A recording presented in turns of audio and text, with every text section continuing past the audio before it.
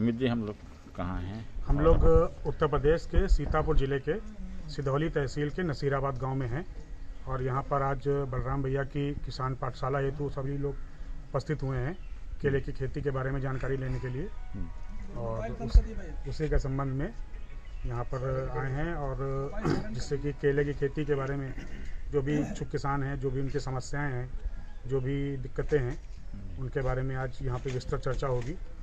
और हम निवेदन करेंगे बलराम भैया से कि वो हमारे सारे यहाँ उपस्थित किसानों को आज केले खेती के बारे में A to Z जितनी भी जानकारी है वो सारी उपलब्ध कराएं, जिससे कि यूपी में भी बढ़िया केला जैसे और जगहों पर होता है वैसे यहाँ पर भी होना शुरू हो जाए। कुछ भी छुपा के नहीं ले जाएं। कुछ भी छुपा के नहीं ले जाएं। सब छोड़ के जाएंगे, कुछ लेके नहीं जाएंगे। यस, नमस्कार। मैं बलराम किसान बड़वानी मध्य प्रदेश से आया हूँ। इंदौर संभाग है एमपी में। इंदौर के पास 140 किलोमीटर पे है बड़वानी, एक छोटा ज़िला है। बड़वानी में खरगोन ज़िला है, वहाँ से कटकर अलग हुआ है। नर्मदा बेल्ट पर पश्चिम निमाड़ में है। हम पहाड़ों की गोद में बसे हैं। सतपुड़ा का नाम सुना होगा, पर्वतमाला सतपुड़ा। तो सतपुड़ा की गोद में हम बसे हुए हैं। सरदार सरोवर जो स्टेच्यू ऑफ यूनिटी आपने सुना है, वो उसका पूरा बैक वाटर हमारे बड़वानी को ही बहुत ज़्यादा प्रभावित करता है। काफ़ी सारे वहाँ पर पानी का भरा हुआ है, वहाँ से हूँ मैं। उत्तर प्रदेश में केले की खेती को लेकर के बहुत सारे ऐसे नए आयाम बन रहे हैं, नई लाइनें लिखी जा रही है किसान पाठशाला के साथ में। मैं पिछले सेशन में भी 2-3 राउंड आ चुका हूँ। पहले तो मैं सीखने आया था 2 साल पहले, देखा, किसानों को सीखा यहाँ पर कैसे खेती हो रही है। फिर पिछले साल से किसानों के साथ आगे बढ़ना चालू हुआ, जो मेरे पास था वो थोड़ा कुछ बांटना चालू हुआ।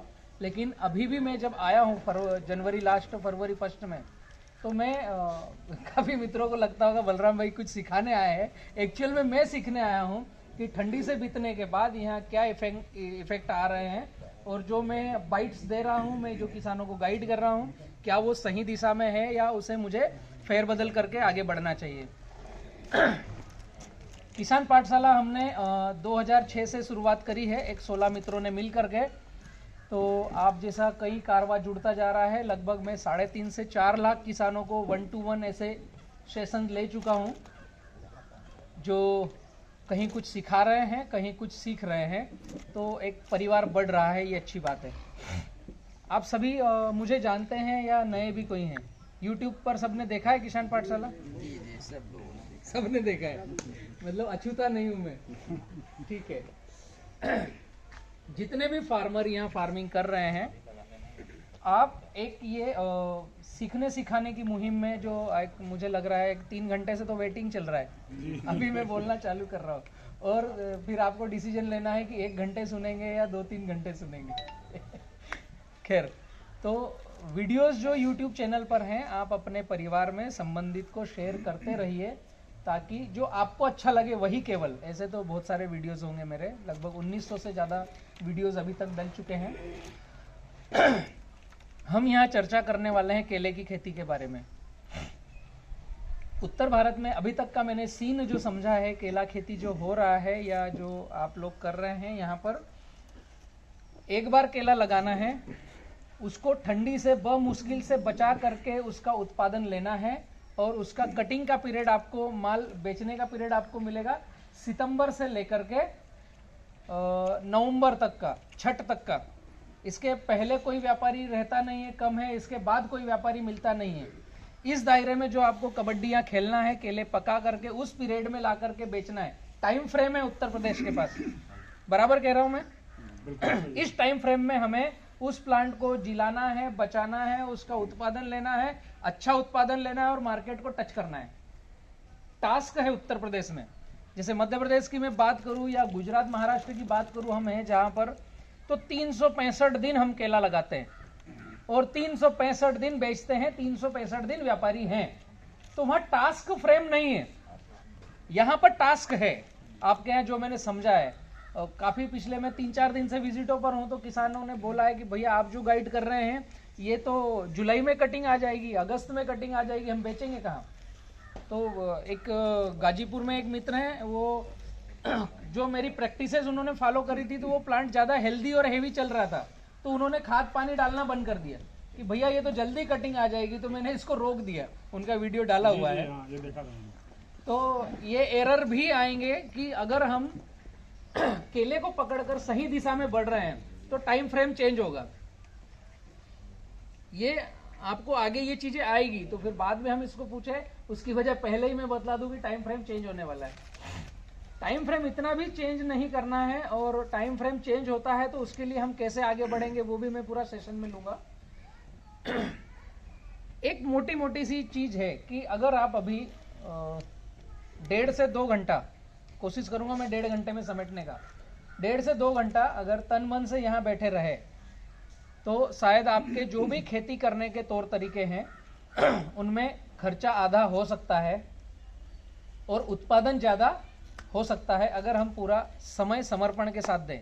और ये भाई सबके पास है, तो इसको साइलेंट अगर कर लेंगे तो बहुत अच्छा रहेगा, ताकि आपको भी डिस्टरबेंस ना आए।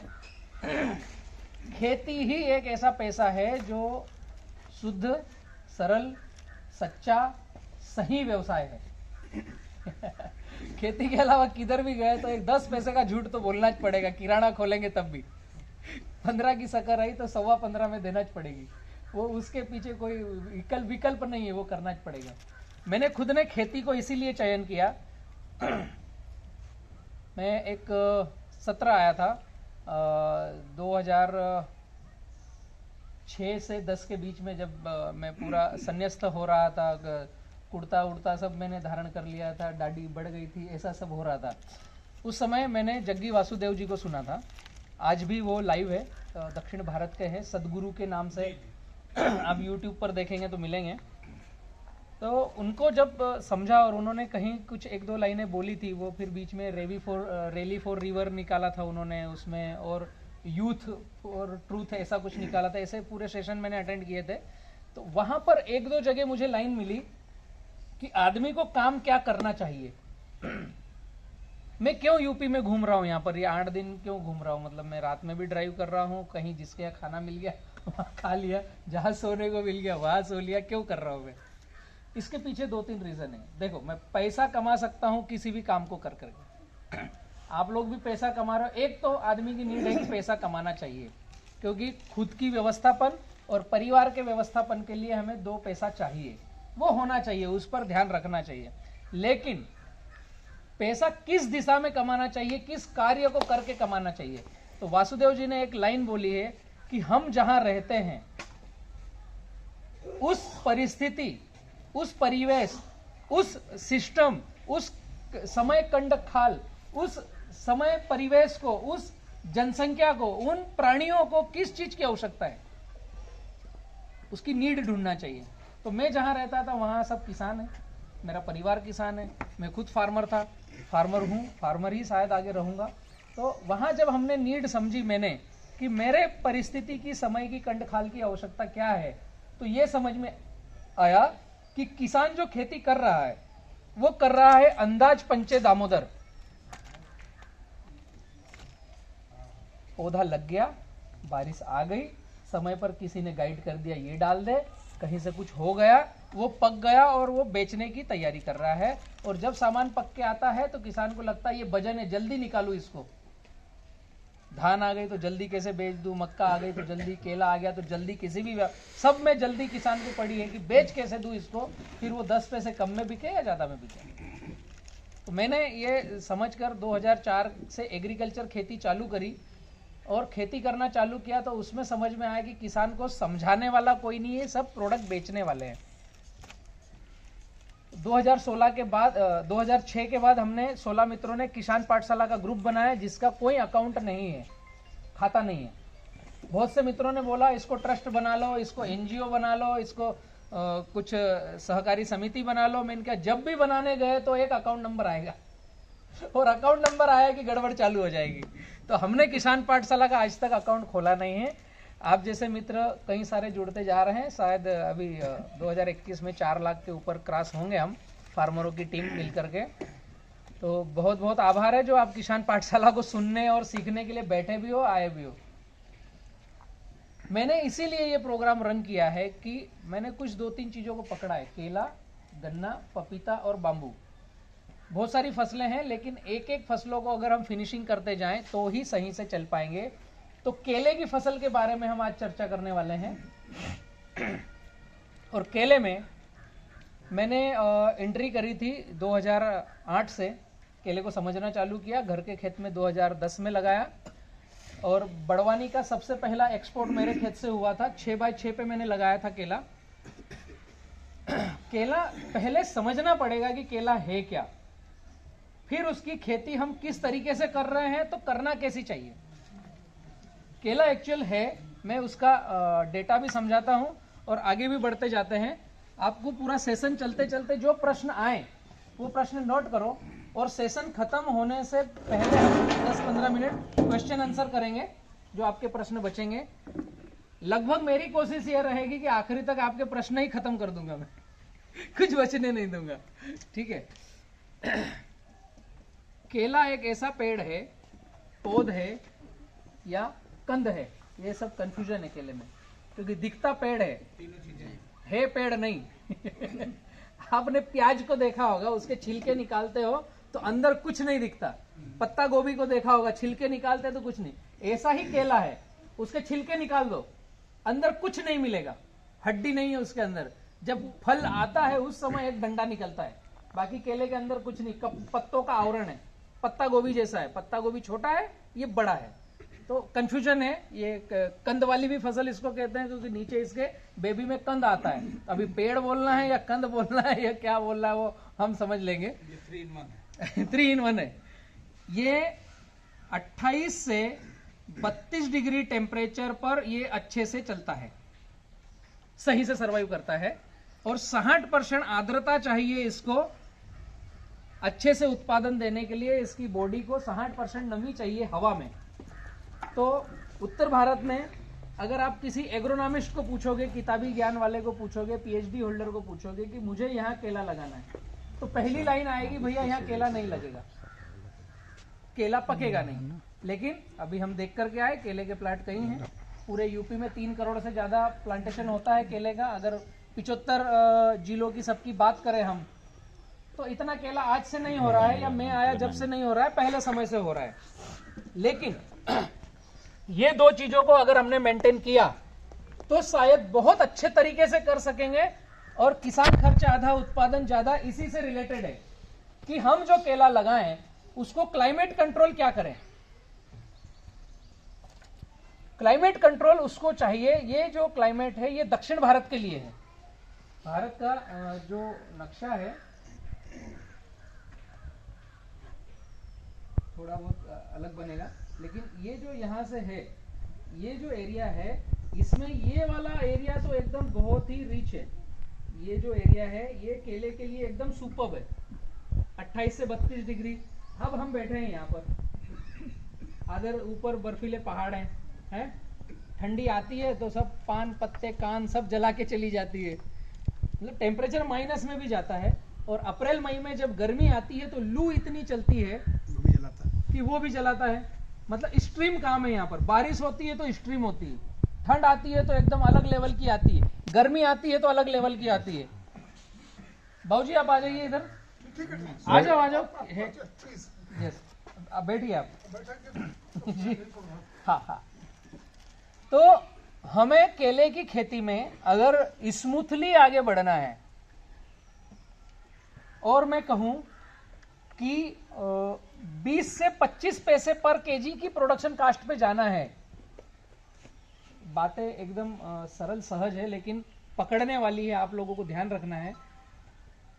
हम केले की खेती को एकदम इंडस्ट्री की तरीके से करेंगे कि हमने कितना पैसा खर्च किया, कितना प्रोडक्शन आने वाला है, पहले फ्रेमवर्क लिया तो हम पैसा कमाने में सक्षम होंगे, वरना गड़बड़ है। तो मैंने आपको बोला प्रोडक्शन कास्ट का खर्चा, पहले साल आपका प्रोडक्शन कास्ट का खर्चा 1 रुपए से 1.5 रुपए केजी का आएगा, अगर आप 100% 70-30 फार्मिंग फॉलो करोगे और क्लाइमेट कंट्रोल करोगे। और दूसरे साल 25 पैसा, 20 से 25 पैसा पर केजी प्रोडक्शन कास्ट का खर्चा आने वाला है रटून में। फिर हर साल केवल 15, 20, 25 पैसा खर्चा आएगा, फिर खर्चा नहीं आएगा। क्योंकि पौधा लगेगा नहीं, कल्टीवेशन होगा नहीं, मैं पूरे सेशन में बतलाऊंगा। और आपके यहाँ केला शायद बिकता है 10 रुपये 12 रुपये पर केजी, 10 रुपये किलो बिकता है एक एवरेज है। और हमने 25 पैसा प्रोडक्शन कास्ट का खर्चा लिया है, तो आपका 9 रुपये 75 पैसा पर केजी का बेनिफिट आएगा। और ये आएगा 8 महीने के ऊपर नीचे। आपके यहाँ लगभग 14 महीने में केले का हार्वेस्टिंग आ रहा है, और सेकंड को लेने में दिक्कत हो रही है, और थर्ड तो लेने में सोचता नहीं है कोई किसान। लेकिन क्लाइमेट कंट्रोल पर हम गए तो पहली कटिंग 12 महीने में और अगली हर कटिंग 8 महीने के ऊपर नीचे। मध्य प्रदेश, गुजरात, महाराष्ट्र में मैं बोलता हूं पहली कटिंग 10 महीने में और फिर हर कटिंग 6 महीने में, क्योंकि वहां पर ठंडी के 2 महीने कम है और यहां ठंडी के 2 महीने ज्यादा है। तो हम जो 8 महीने हैं, मतलब 6 है, उसको 8 महीने में काउंटिंग करते हैं। तो इसमें मेन बातें जो ध्यान रखनी है, सूत्र में बताते जाऊंगा आपको। इन सूत्रों को पकड़ करके हमें केले की खेती करना है। एक्चुअल में बजट हम सबका अलग अलग हो सकता है कि मेरे पास 1 लाख रुपए हैं और मुझे 2 एकड़ का केले का खेती करना है, तो मेरा 50,000 रुपए एकड़ का बजट है। किसी मित्र के पास 1 लाख रुपए एकड़ का बजट है, किसी मित्र के पास 25,000 रुपए एकड़ का बजट है। तो ये बजट अलग हो सकता है कि हम केले में खर्च कितना करें। तो मैं बजट बताने नहीं जाऊंगा, बजट आपके मन से तय करना है, लेकिन कुछ मेन सूत्र बताने वाला हूं। ये सूत्रों को पकड़ करके हम खर्च को पूरा न्यूनतम करके हम आगे बढ़ सकते हैं। जैसे पहला सूत्र है खेती करने का, पानी प्रबंधन।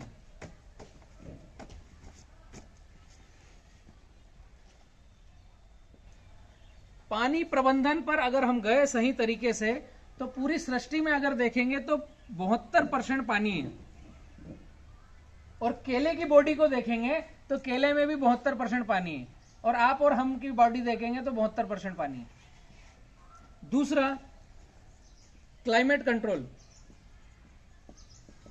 क्लाइमेट कंट्रोल से जो बायोमास डेवलप होगा केले का, जो मांस मज्जा, जो उसकी हड्डी, उसके पत्ते, टहनी, तना जो बनेगा केले का, बायोमास जो डेवलप होना है वो लगभग 20% से 22% डेवलप होगा। तो अभी ये कितना हुआ? 92। अभी यहां पर जो 8% बचा हमें 100 करने के लिए, तो ये 8% क्या है? न्यूट्रिशन। न्यूट्रिशन है 8%। अभी अगर आपने एक केले की घार को काट करके तोला कि वो 30 किलो का आ रहा है, उदाहरण में बतला रहा हूं, तो उस 30 किलो में है क्या? उस 30 किलो में अगर देखेंगे तो 72% पानी निकलेगा। उसको सुखा दो तो 72% पानी का वजन कम हो जाएगा, और 20% उसमें बायोमास मिलेगा। 3 दूनी 6 किलो के लगभग उसका सूखा मांस, मज्जी, हड्डा बचेगा सूखने के बाद। और ये जो 8% न्यूट्रिशन है, ये कहां गायब होगा हमको पता नहीं चलेगा। तो पूरे किसान भारत के, या मैं कहूं भारत के बाहर के भी, होड़ लगी पड़ी है किस पर? इस 8% पर। Urea, DAP, potash, calcium, magnesium, sulphur, NPK, cobalt, iron, molybdenum, zinc, ये 8% है। तो हमें काम किस पर करना चाहिए? सबसे पहले 72%, फिर 20%, इन दोनों पर आपने कमांड अपनी जमा ली तो 92% तो आप केले को ऐसे ही पका लोगे। समझ में आ रहा है मैं क्या चीजों को टच करना चाह रहा हूं? हमारी होड़ लगी है यूरिया कितना डालूं, डीएपी कितना डालूं, वो कंपनी का सबसे महंगा है, तो मेरे गांव में मेरे घर पे पहले आना चाहिए। और उसका ऐसा थैली, कोई मेहमान आएगा तो बाहर रखेंगे कि ये महंगा खाद मैं डाल रहा हूं वो गड़बड़ है, वो हमारी अज्ञानता को दर्शाता है, वो दिक्कत है। ये जो 8% है, इसके बारे में मैं कोई बात करने वाला नहीं हूं मैं बात करने वाला हूं वाटर मैनेजमेंट और क्लाइमेट कंट्रोल। ये जो प्रोग्राम पर हम गए तो 8% अपने आप सुधरता है, और हमारे जेब का बजट जो होता है वो 8% को फिर किधर से भी कैरी कर लेगा, फिर कोई दिक्कत नहीं आएगी। तो एक एक चीजों को मैं टच करता हूं। हम 1 एकड़ से बात करते हैं कि 1 एकड़ में अगर मुझे केला लगाना है, मैं डायरेक्ट मुद्दे पर आता हूं, तो किन किन चीजों का ध्यान रखें और कैसे कैसे हम आगे बढ़े। तो सबसे पहला होता है पानी प्रबंधन। हमारे यहाँ पर लगभग ज्यादा किसानों का फ्लड इरिगेशन है जी, सब फ्लड है ना, और ड्रिप अब आने वाली है। तो मेरा आपसे रिक्वेस्ट है कि आपको केला एक ही बार लगाना है और आपके बच्चे को भी केला काटना है, तो आप ड्रिप पर जाओ। सरल शब्दों में, इधर फर्टिगेशन का खर्चा मत करो, लेकिन ड्रिप डाल लो। शुरुआत में पैसा नहीं है तो पहले साल फ्लड का करो, अगले साल ड्रिप लगा लेंगे। लेकिन माइंड सेट ये रखना है कि मैंने खेत में बलराम भैया से एक ही बार रेवा प्लस का पौधा खरीदा, अब जीवन में मैं बलराम भाई से कभी पौधा नहीं खरीदूंगा। बलराम भाई से ज्ञान लूंगा, इसको और अच्छे कैसे बनाए, बस इतना। तो हमें ड्रिप पर जाना चाहिए, क्योंकि ड्रिप इरिगेशन केवल पानी देने का साधन नहीं है, वो मैनेजमेंट का साधन है। बटन दबाएंगे तुरंत सही दिशा में सही तरीके से हम मैनेज कर सकते हैं हमारे प्लॉट्स को। तो मैं अभी जो बतलाऊंगा आपको, फ्लड का बतलाना है मुझे कि यहाँ ड्रिप की किसान ज्यादा है, फ्लड का मैं बतलाता हूँ और ड्रिप को थोड़ा सा टच करूंगा कि कैसे हम उसमें आगे बढ़ सकते हैं। तो फ्लड इरिगेशन में हम पानी प्रबंधन कैसा करेंगे केला लगाने के साथ साथ, तो 70% के ऊपर नीचे हम केले की मतलब नीड समझकर उसको अगर पानी प्रबंधन करते रहे तो हमारा पौधा एकदम अच्छा उत्पादन देगा। अब इसके लिए कुछ थंब रूल है, फिक्स नियम है केले के, कि केले को चाहिए ताजा पानी, रोज का पानी और लगातार पानी चाहिए। ये ऐसे 3 इसके नियम है, ताजा पानी, रोज का पानी, लगातार पानी। अब इसको किसानों ने क्या किया है, इकट्ठा कर दिया है, ज्यादा पानी जो ताजा पानी है उसकी बजाय बोल दिया है ज्यादा पानी, वो गड़बड़ है। ज्यादा पानी मतलब इसकी जड़ों में फंगस लाएगा, इसको निमोटोड लाएगा, इसमें विल्टिंग लाएगा। और ज्यादा पानी का प्रभाव आपको देखना है तो आपके नजदीकी है बिहार। शायद पहले आपके यहां से ज्यादा बिहार में केला होता था, आज हिंदुस्तान का सबसे कमजोर वो प्रदेश है जहां केला जितना कम हो गया है। विल्टिंग आ गई है, बीटल बहुत सारा आ गया है, वहां पर विवेल कीड़ा आ गया है, वहां का केला खत्म हो रहा है, खत्म हो गया है। पनामा विल्ट इतनी सारी आ गई है वहां पर कि केला अब होता नहीं, किसान करना चाहता है तो होता नहीं। तो ये ज्यादा पानी की वजह से हो रहा है। एक उदाहरण अगर मैं बतलाऊं कि कहीं साइड से नाला बह रहा है या नदी बह रही है, पानी रुका हुआ नहीं है, बह रहा है, तो आप वहां पर केले का पौधा ले जाके लगा दो, सबसे अच्छा उत्पादन देगा वो, क्योंकि पानी रुका हुआ नहीं है लेकिन पानी तो है। एक क्षण जो पानी था वो निकल गया, अगले क्षण दूसरा पानी आया। नमी है केवल, नमी है और ताजा पानी है और रोज का पानी है और लगातार पानी है। उसी को अगर आपने डबरी के पास लगा दिया कि जहां बासी पानी रुका हुआ है, सड़ा है, ताजा पानी बह के नहीं जा रहा है, पानी तो है, रुका हुआ है, वहां केला थोड़ा तो बढ़ेगा लेकिन सुस्त अवस्था में पड़ा रहेगा, उसकी जड़ें भी सड़ेगी, फंगस भी आएगी, शायद आंधी तूफान में टूट के गिर भी जाएगा। तो ऐसा फ्रेमवर्क हम क्या करें हमारे खेत में कि ताजा पानी, रोज का पानी और लगातार पानी को हम कैसे फ्लड इरिगेशन में कॉम्बिनेशन करें। उसके लिए आपको नाली और पाली विधि से केले की खेती करना चाहिए। तो लाइन से लाइन हम रखेंगे 5 और पौधे से पौधा रखेंगे 9। समझ में आया? जो लाइन रहेगी पानी देने वाली वो 5 फीट और पौधे से पौधा जो लगाएंगे वो 9-9 फीट पे लगाएंगे। ये 5 और 5 बाय 9 क्यों चाहिए ये भी मैं समझाऊंगा क्लाइमेट कंट्रोल में। तो जब हम नाली और पाली बनाएंगे तो हमें 5-5 फीट पर पाली चाहिए जिसके ऊपर हम पौधा लगाएंगे। ठीक है, एक लाइन से दूसरी लाइन की दूरी 5 फीट। तो ये बनाएंगे कैसे और होना कैसे चाहिए?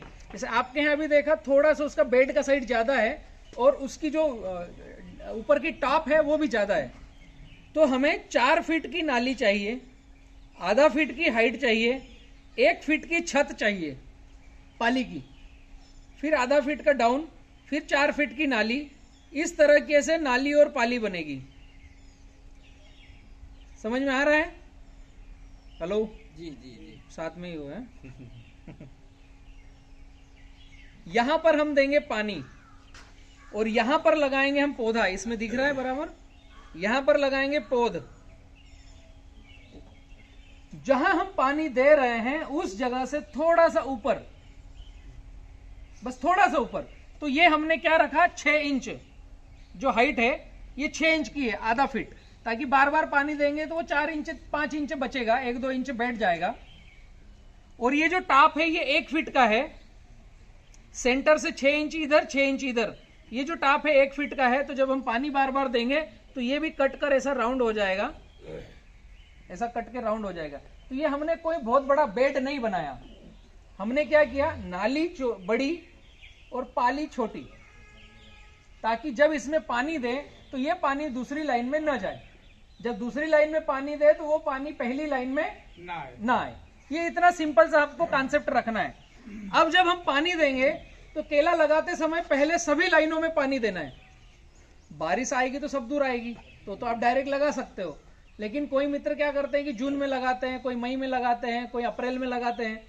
तो नाली में, सभी नालियों में पानी देना है, पूरे खेत को भिगोना है। तो नाली में पानी देंगे तो ये जो पाली है इसमें मॉइस्चर आ जाएगा, नमी आ जाएगी। इसको डुबा कर रखना नहीं है, केवल नमी देना है। पहले दिन से अगर आपके पास बायोमास आच्छादन है, गन्ने के पत्ते, केले के पत्ते, चावल की पराली, ये अगर है तो आपको यहां पर बायोमास आच्छादन करना है। नहीं है तो आसपास से उठाकर ला करके करना है। ये बहुत ही अति आवश्यक है। इस सूत्र को हम बोलते हैं 70-30 फार्मिंग, 70-30 खेती। जहां हम बायोमास आच्छादन करते हैं वो जगह हमने रिजर्व कर दी केले के पौधे की जड़ों को बढ़ने के लिए और वहां पर मित्र बैक्टीरिया डेवलप होने के लिए, कीट पतंग रहने के लिए। पौधा लगाने से पहले की मैं सारी बातें बतला रहा हूं। यहां पर हमें बायोमास आच्छादन करना है पाली पर, ताकि ये पाली दिखे ही नहीं कि आपने पाली बनाई है। कॉन्सेप्ट समझ में आ रहा है? अब ये जो कचरे वाली पट्टी होगी आपकी, लगभग ये पाली 1 फीट और 1 फीट नीचे, 1 फीट नीचे, तो ये 3 फीट का आपका पाली का सेशन हो गया। 3 फीट इधर से पाली का सेशन हो गया। तो ये जो खाली जगह दिख रही है आपके चल फिर करने की, ये आपको कितनी मिलेगी? 2 फीट।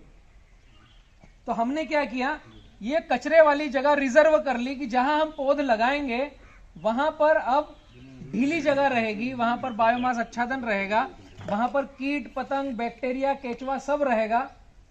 और जहां हमें अंदर खेत के चल फिर करना है, अंदर बाहर होना है, तो वहां हम कोई कचरा मल्चिंग नहीं करेंगे, है ना? तो ये वो जगह रहेगी जहां हम कोई कचरा मल्चिंग नहीं करेंगे। इस तरीके से शुरुआत होगी नाली और पाली की। तो पौधा लगाने से पहले पूरे खेत में पानी देना है, पौध लगाने के बाद भी पूरे खेत में एक बार पानी देना है। उसके बाद में जब भी आप पानी दोगे ऑड इवन पानी दोगे। ऑड इवन कैसा? एक बार पानी दिया आपने 1 नंबर नाली में तो 2 नंबर में नहीं देना है, फिर 3 नंबर में देना है, 4 नंबर में नहीं देना है, 5 नंबर में देना है, 6 नंबर में नहीं देना है। एक वचन, फिर बाद में द्विवचन में पानी देना है।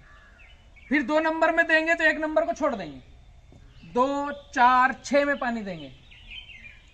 इससे होगा क्या? ये ऐसा क्यों करना है?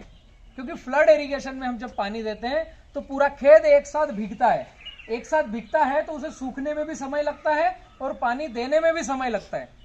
अभी आपके खेत में अगर 50 लाइनें हैं तो आपने 25 लाइनों में पानी दिया, आपका खर्चा आधा हो गया, और फटाक से पानी दे दोगे, जल्दी पानी दे दोगे। पूरे खेत में पानी बिखरा कर देना है तो समय लगेगा। तो जब पूरे खेत में पानी देते हैं तो डबरी बनी रहती है, कीचड़ रहता है, उसको सूखने में समय लगता है। उसका सबसे बड़ा दुष्परिणाम होगा ठंडी में और गर्मी में।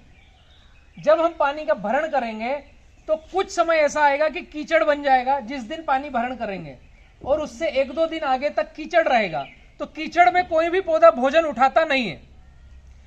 उसके बाद वो सूखने लगेगा, ड्राई होने लगेगा, वहां नमी रहेगी, वापसा कंडीशन रहेगा, तो पौधा भोजन लेना चालू करेगा। फिर उसके बाद का पीरियड ऐसा आएगा कि जब सूख जाएगा, ड्राई हो जाएगा, फिर पौधा पानी नहीं मिलेगा तो भोजन उठाएगा नहीं। मतलब आपने आज पानी लगाया और अब 20 दिन बाद पानी लगाओगे तो पानी लगाने से शुरुआत के 4 दिन नहीं भोजन उठाया, बाद के 4 से 5 दिन नहीं भोजन उठाया, मतलब एटलीस्ट आपके 10 दिन गायब हो गए और 10 दिन पौधे ने भोजन उठाया। इसकी बजाय पौधा कंटिन्यू 20 दिन भोजन कैसे उठाए तो अच्छा रहेगा, तभी तो हमारी प्रोडक्टिविटी बढ़ेगी। तो इसके लिए आपने जब 1 नंबर नाली में पानी दिया तो ये पानी इधर से इनकी जड़ों को लग रहा है, इधर से इस जड़ों को लग रहा है, और ये पाली आपकी छोटी है तो ये नम होकर के यहां तक भीग रही है। ये पाली छोटी नम होकर यहां तक भीग रही है, लेकिन इसमें पानी नहीं दिया तो यहां सूख रहा है। ज्यादा पानी होगा तो ये सूखा हुआ उसे एब्जर्व कर लेगा और अपनी नमी बढ़ा लेगा, और यहां जो ज्यादा कीचड़ है उसको कम कर देगा। तो होगा क्या, पौधे की जड़ों की कक्षा में हमेशा वापसा कंडीशन रहेगी। और आपको जब इसमें पानी 20 दिन में देना था, पूरे खेत में अगर दे रहे हैं और ऐसी पद्धति में जाएंगे तो शायद 12 से 15 दिन में देना पड़ेगा, क्योंकि यहां पानी नहीं दिया ना, ये सूखने लगेगा। तो आपका पानी देने का पीरियड जल्दी जल्दी होगा। तो जो मेरी लाइन है कि ताजा पानी, रोज का पानी और लगातार पानी, ये लाइन को टच होता है कि हमने OD1 पानी दिया तो 10 दिन बाद इसमें पानी देने का टाइम आया तो इसको नहीं देंगे। जैसे ही ये डल होने लगेगा, क्रैकिंग दिखना चालू होगी और यहां की क्रैकिंग बढ़ेगी तो आपको इस लाइन में पानी देना है। उत्तर भारत में पानी प्रबंधन में अगर इस दिशा में आगे बढ़े तो शायद हम बहुत ही अच्छा उत्पादन ले सकते हैं केले में। लेकिन कंडीशन अप्लाई है। कंडीशन क्या अप्लाई है? आप लोगों ने किसी ने बीमा करवाया है? जी हाँ, बीमा करवाते हैं ना, तो पॉलिसी में नीचे लिखा रहता है छोटे छोटे अक्षरों में, और ऊपर स्टार बना हुआ रहता है कि ये सब कर लो, ये नहीं किया तो कुछ नहीं मिलेगा। शर्तें लागू, कंडीशन अप्लाई। तो कचरा मल्चिंग करना पड़ेगी और बीच में मेड़ पाली रखना पड़ेगी कि इधर का पानी इधर न जाए, तो आपको उत्पादन एकदम 24 कैरेट और बहुत ज्यादा मिलने वाला है। सिंपल तरीका पानी प्रबंधन का उत्तर भारत में, इससे अच्छा मुझे कोई तरीका दिखा नहीं। आगे मैं विजिटें करूंगा, दिखेगा तो हम उस तरीके से करेंगे। और दूसरा, आप ड्रिप पर जा सकते हैं। ड्रिप पर जाएंगे तो आपको 5-5 फीट पर ड्रिप लगाई है तो आपको 10 फीट पर नाली करना है। एक नाली, एक छोड़ दिया, फिर एक नाली, एक छोड़ दिया, फिर एक नाली। और इसमें पूरा जो कचरा मल्चिंग करोगे आप और इसके ऊपर ड्रिप डाल दोगे तो ये भी 70% जगह आपने बायोमास आच्छादन कर दिया और पौधा यहां पर लगेगा ऐसे। ये सबसे सही विधि है। दूसरे नंबर पे ये विधि है, पूरा फ्लड इरिगेशन पानी भर के खेती करना गड़बड़ विधि है। उसमें सर कितने बाई कितने में लगाएंगे? ड्रिप से ड्रिप 5 पे, पौधे से पौधा 9 पे। आप उसमें जाओ या इसमें जाओ, लेकिन इसमें नाली करी है छोटी सी 10-10 फीट पे, एक नाली, फिर पट्टा छोड़ दिया, कुछ नहीं करना है, फिर नाली। तो ये नाली से ये नाली का कंगा आपका नापोगे तो 10 फीट आएगा, क्योंकि बीच में एक छूट गया है। ठीक है, इस तरीके से पानी प्रबंधन से हम पौधे को कंटिन्यू अच्छा पानी, ताजा पानी दे सकते हैं और केला मस्त होकर के स्पीड से चल सकता है। पानी प्रबंधन में कोई प्रश्न है? आगे बढ़े। अभी हमें क्लाइमेट कंट्रोल पर जाना पड़ेगा। क्लाइमेट कंट्रोल अगर हमने नब्ज पकड़ ली तो उत्तर भारत में मध्य प्रदेश से ज्यादा उत्पादन आता है, महाराष्ट्र से ज्यादा उत्पादन आता है। आपने नोटिस किया होगा, महाराष्ट्र और मध्य प्रदेश में हम टेम्परेचर ज्यादा होने के कारण कम टाइम में केला काटते हैं, तो हमारा उत्पादन 20 से 25 किलो एवरेजन आता है। किसी किसी के यहाँ 35 आएगा, किसी किसी के यहाँ 18 भी आएगा, 15 भी आएगा, एवरेजन 20-25। लेकिन उत्तर भारत में जिनका केला बच गया और अच्छा चल गया वो 30 से 35 ही काटेगा। यहाँ दोनों सिचुएशन है, या तो खत्म हो जाएगा, खराब हो जाएगा, 10-12 किलो आएगा, या सीधा 30-35 किलो आएगा। बीच वाला 15-20 किलो वाले किसान कम है, क्योंकि यहाँ समय मिलता है, 14 महीने मिलते हैं। जो 2 महीने ठंडी के हैं उसमें अंदर का विकास होता है। आपने अगर सही तरीके से प्रबंधन किया तो वो जो 2 महीने का एक्स्ट्रा समय मिलता है, पौधा रुक जाता है लेकिन अंदर की जीवन क्रिया चालू रहती है, तो वो आपके केले के बंच में भ्रूण के केले की संख्या को बढ़ाता है, लेंथ को बढ़ाता है। इसलिए आपको यहाँ पर MP, गुजरात, महाराष्ट्र से 5 से 10 किलो वजन ज्यादा मिलेगा। और ये बहुत बड़ी बात है। 2 बेनिफिट है। एक तो यहाँ के व्यापारी जो मध्य प्रदेश से लेके आ रहे हैं उन्हें 7 रुपए किलो तो ढुलाई का खर्चा लगता है, ट्रांसपोर्ट का, और 2 रुपए किलो वहां से लोडिंग का खर्चा लगता है, तो 9 रुपए किलो तो उनका भाड़ा हो गया और लोडिंग हो गया। और आपके यहाँ से खरीद के ले जाएंगे तो सीधा 9 रुपए बच गया। मतलब वहां से उन्होंने 10 रुपए किलो खरीदा तो यहाँ उनको 18-19 रुपए गिरेगा। इसीलिए उत्तर प्रदेश का 10 रुपए के नीचे कभी रेट नहीं आता। जैसे 8 दिन पहले अभी ठंडी थी तो हमारे वहां का रेट 6 रुपए किलो का था और 9 रुपए ढुलाई, तो 15 रुपए में यहाँ डिस्पैच हो रहा है। ये गई से गई हालत में, और हम यहाँ अगर 365 दिन माल अच्छा पका के देंगे तो 10 रुपए से नीचे कभी नहीं आएगा, उसके ऊपर ही रहना है। जैसे लखनऊ के आसपास एक बाराबंकी में हमारे लोडिंग करने वाले हैं अजय वर्मा, लॉकडाउन में उन्होंने आसपास के जो अच्छे केले थे वो 15 रुपए किलो परचेस किए और हमने बड़वानी मध्य प्रदेश से 2.5 रुपए किलो बेचा केला यहाँ पे। इतना फर्क आएगा, ये फिक्स है। तो आपके पास सिचुएशन विन विन है, मार्केट आप जहां हो वहीं पर है, आपको कहीं बाहर जाना नहीं है मार्केट के लिए। तो हमें क्लाइमेट कंट्रोल विधि पर जाना पड़ेगा। पानी प्रबंधन आपको बतलाया अभी मैंने, उदाहरण दे रहा हूं, 1 एकड़ का खेत है हमारा, तो इसको क्लाइमेट कंट्रोल क्या करें ताकि हम एक ही बार केला लगाएं और जीवन भर केला काटते रहें। जैसे आम, नींबू, सीताफल, अमरूद ऐसा हम केले को भी चला सकते हैं, एक ही बार लगाकर अनेक साल तक फसलें ले सकते हैं। सबसे पहली रिक्वायरमेंट है कि आप मेड़ पर नेपियर घास लगाओ 2.5 फीट पर, 2 से 2.5 फीट पूरी बाउंड्री वाल पर करना है आपको नेपियर घास। नेपियर घास जानते हैं, गन्ना घास बोलते हैं, नेपियर घास बोलते हैं, सुपर नेपियर बोलते हैं। ऑनलाइन मंगा लो। गन्ने के जैसे घास आती है जो जानवरों को काट काट करके खिलाई जाती है, गन्ने की छोटी बहन कह सकते हो आप, एरिया में लगी हुई है ना? ठीक है, नहीं वो बीज मिला था, बीज मिलता है उसका, बीज मिलता है, ऑनलाइन आप ढूंढोगे नेपियर, सुपर नेपियर के नाम से बीज मिल जाएगा। तो 2-2, 2.5 फीट पर ये लगाना है ताकि जब हमारा केला बड़ा हो, केला पौध लग रहा है उसी समय लगा दो, पूरी बाउंड्री सील करना है ताकि हमारा जब केला बड़ा हो तो ठंडी का जब मौसम आए उस समय नेपियर घास की हाइट अच्छी खासी हो जाएगी। 15 दिसंबर के बाद ठंडी आएगी तो 15 दिसंबर से 1 फरवरी, 5 फरवरी, 10 फरवरी तक खेत के अंदर ठंड ना घुसे, ना वहां की गर्म भाप बाहर निकले। ये क्लाइमेट कंट्रोल विधि का पहला नियम है। इसके अलावा मैंने बहुत सारे प्रोग्राम समझे, देखे, लेकिन सब फेल गए हैं, इसलिए केवल आपको नेपियर घास लेना है। इमरजेंसी में किसी का ठंड आ गया तो एक 6 फीट हाइट की प्लास्टिक की पन्नी लीजिए और पूरे खेत में बाउंड्री कर दीजिए, जस्ट लाइक स्वेटर हमने पहना दिया हमारे प्लॉट को। लेकिन उसके भी आगे 2 कदम है तो नेपियर घास है, ठीक है। अब इसके अंदर जब हम पौध लगाएंगे तो जो नाली और पाली बनाई है हमने, ये पाली में लाइनें खींच रहा हूं, लाइन से लाइन 5, पौधे से पौधा 9, इसमें 45 स्क्वायर फीट भूमि आती है एक पौधे के लिए, और 1 एकड़ में 968 पौधे आएंगे, और गैप फिलिंग के 40-42 पौधे ऐसे मिलाकर आपने अगर कहीं भी बुकिंग करना है तो 1000 पौधे 1 एकड़ के हिसाब से बुकिंग करना है, ठीक है। अभी जब पहला पौध हमने लगाया, पहली लाइन में पहला पौध लगाया, तो इससे 9 फीट दूर दूसरा पौधा, इससे 9 फीट दूर तीसरा पौधा। अब अगली लाइन में लगाएंगे तो यहां नहीं लगेगा आमने सामने, ये यहां से 4.5 फीट दूर, फिर उसके बाद 9 फीट, फिर यहां 4.5 छूट गया, मतलब पौधे के सामने नहीं आएगा, तिरछा आएगा। तो अगर इसको नापेंगे आप तो ये लगभग 7 फीट गिनती में आएगा। अभी तीसरी लाइन में वापस जहां पर पहला था वहीं आएगा, फिर इससे 9 फीट, फिर इससे 9 फीट।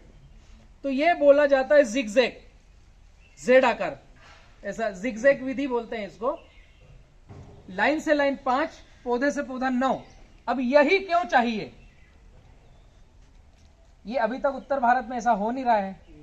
ये इसलिए चाहिए कि अगर हमें केले का उत्पादन अच्छा लेना है, एक बार लगा करके अगली बार पौधा नहीं लगाना है, अगर हमें दूसरी कटिंग 8 से 10 महीने के अंदर ही लेना है, जल्दी जल्दी लेना है, ये इन सब कारणों के लिए हमें 5x9 पर जाना है। हम चाहते हैं एक बार लगाएं, अगली बार दूसरी फसल लगाएंगे तो आप 5x5 लगाओ, 5x6 लगाओ, लाइन से लाइन 5, पौधे से पौधा 6, या 5.5 लगाओ। ये डिसीजन आपको लेना है कि आपने सोचा है कि एक बार प्लांटेशन करेंगे, हम 1 साल लेंगे, दूसरे साल फिर आएगा तो लेंगे, तीसरे साल तो हम निकालने वाले हैं।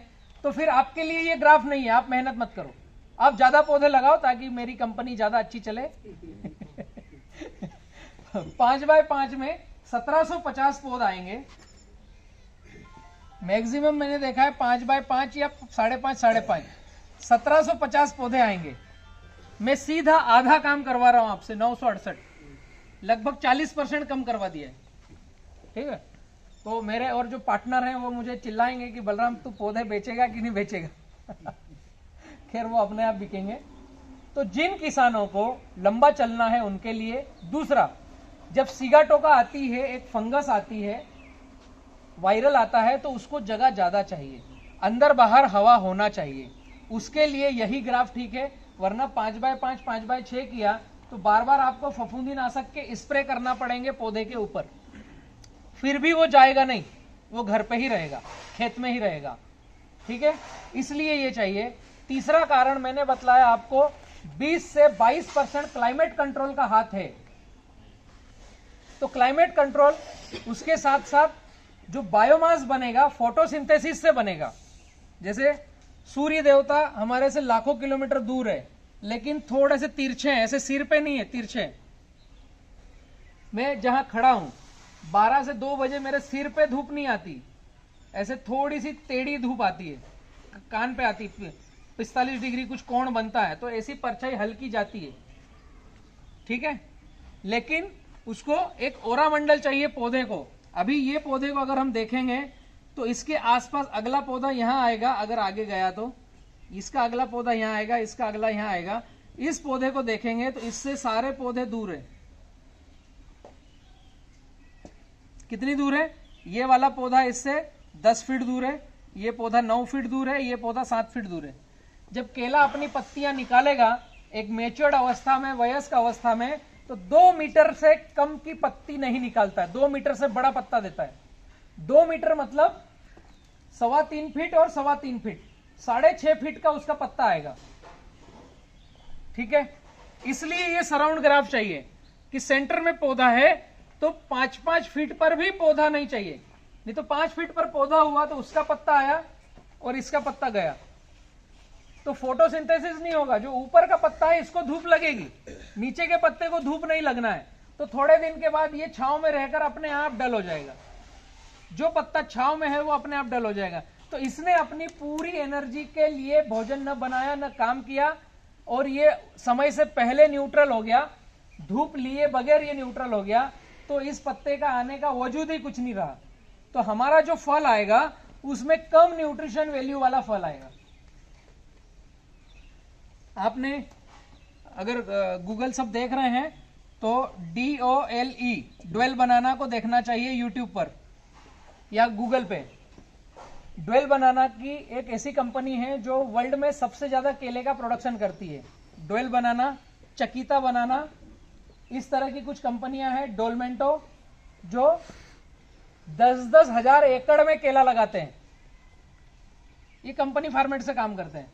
हम 1-2 एकड़ में लगाते हैं, वो बड़े बड़े टापू ले लेते हैं गवर्नमेंट से कि हम इन्वायरमेंट प्रोटेक्शन करेंगे और हम केला लगा रहे हैं, तो वो 10,000 एकड़ एक बार केला लगाया।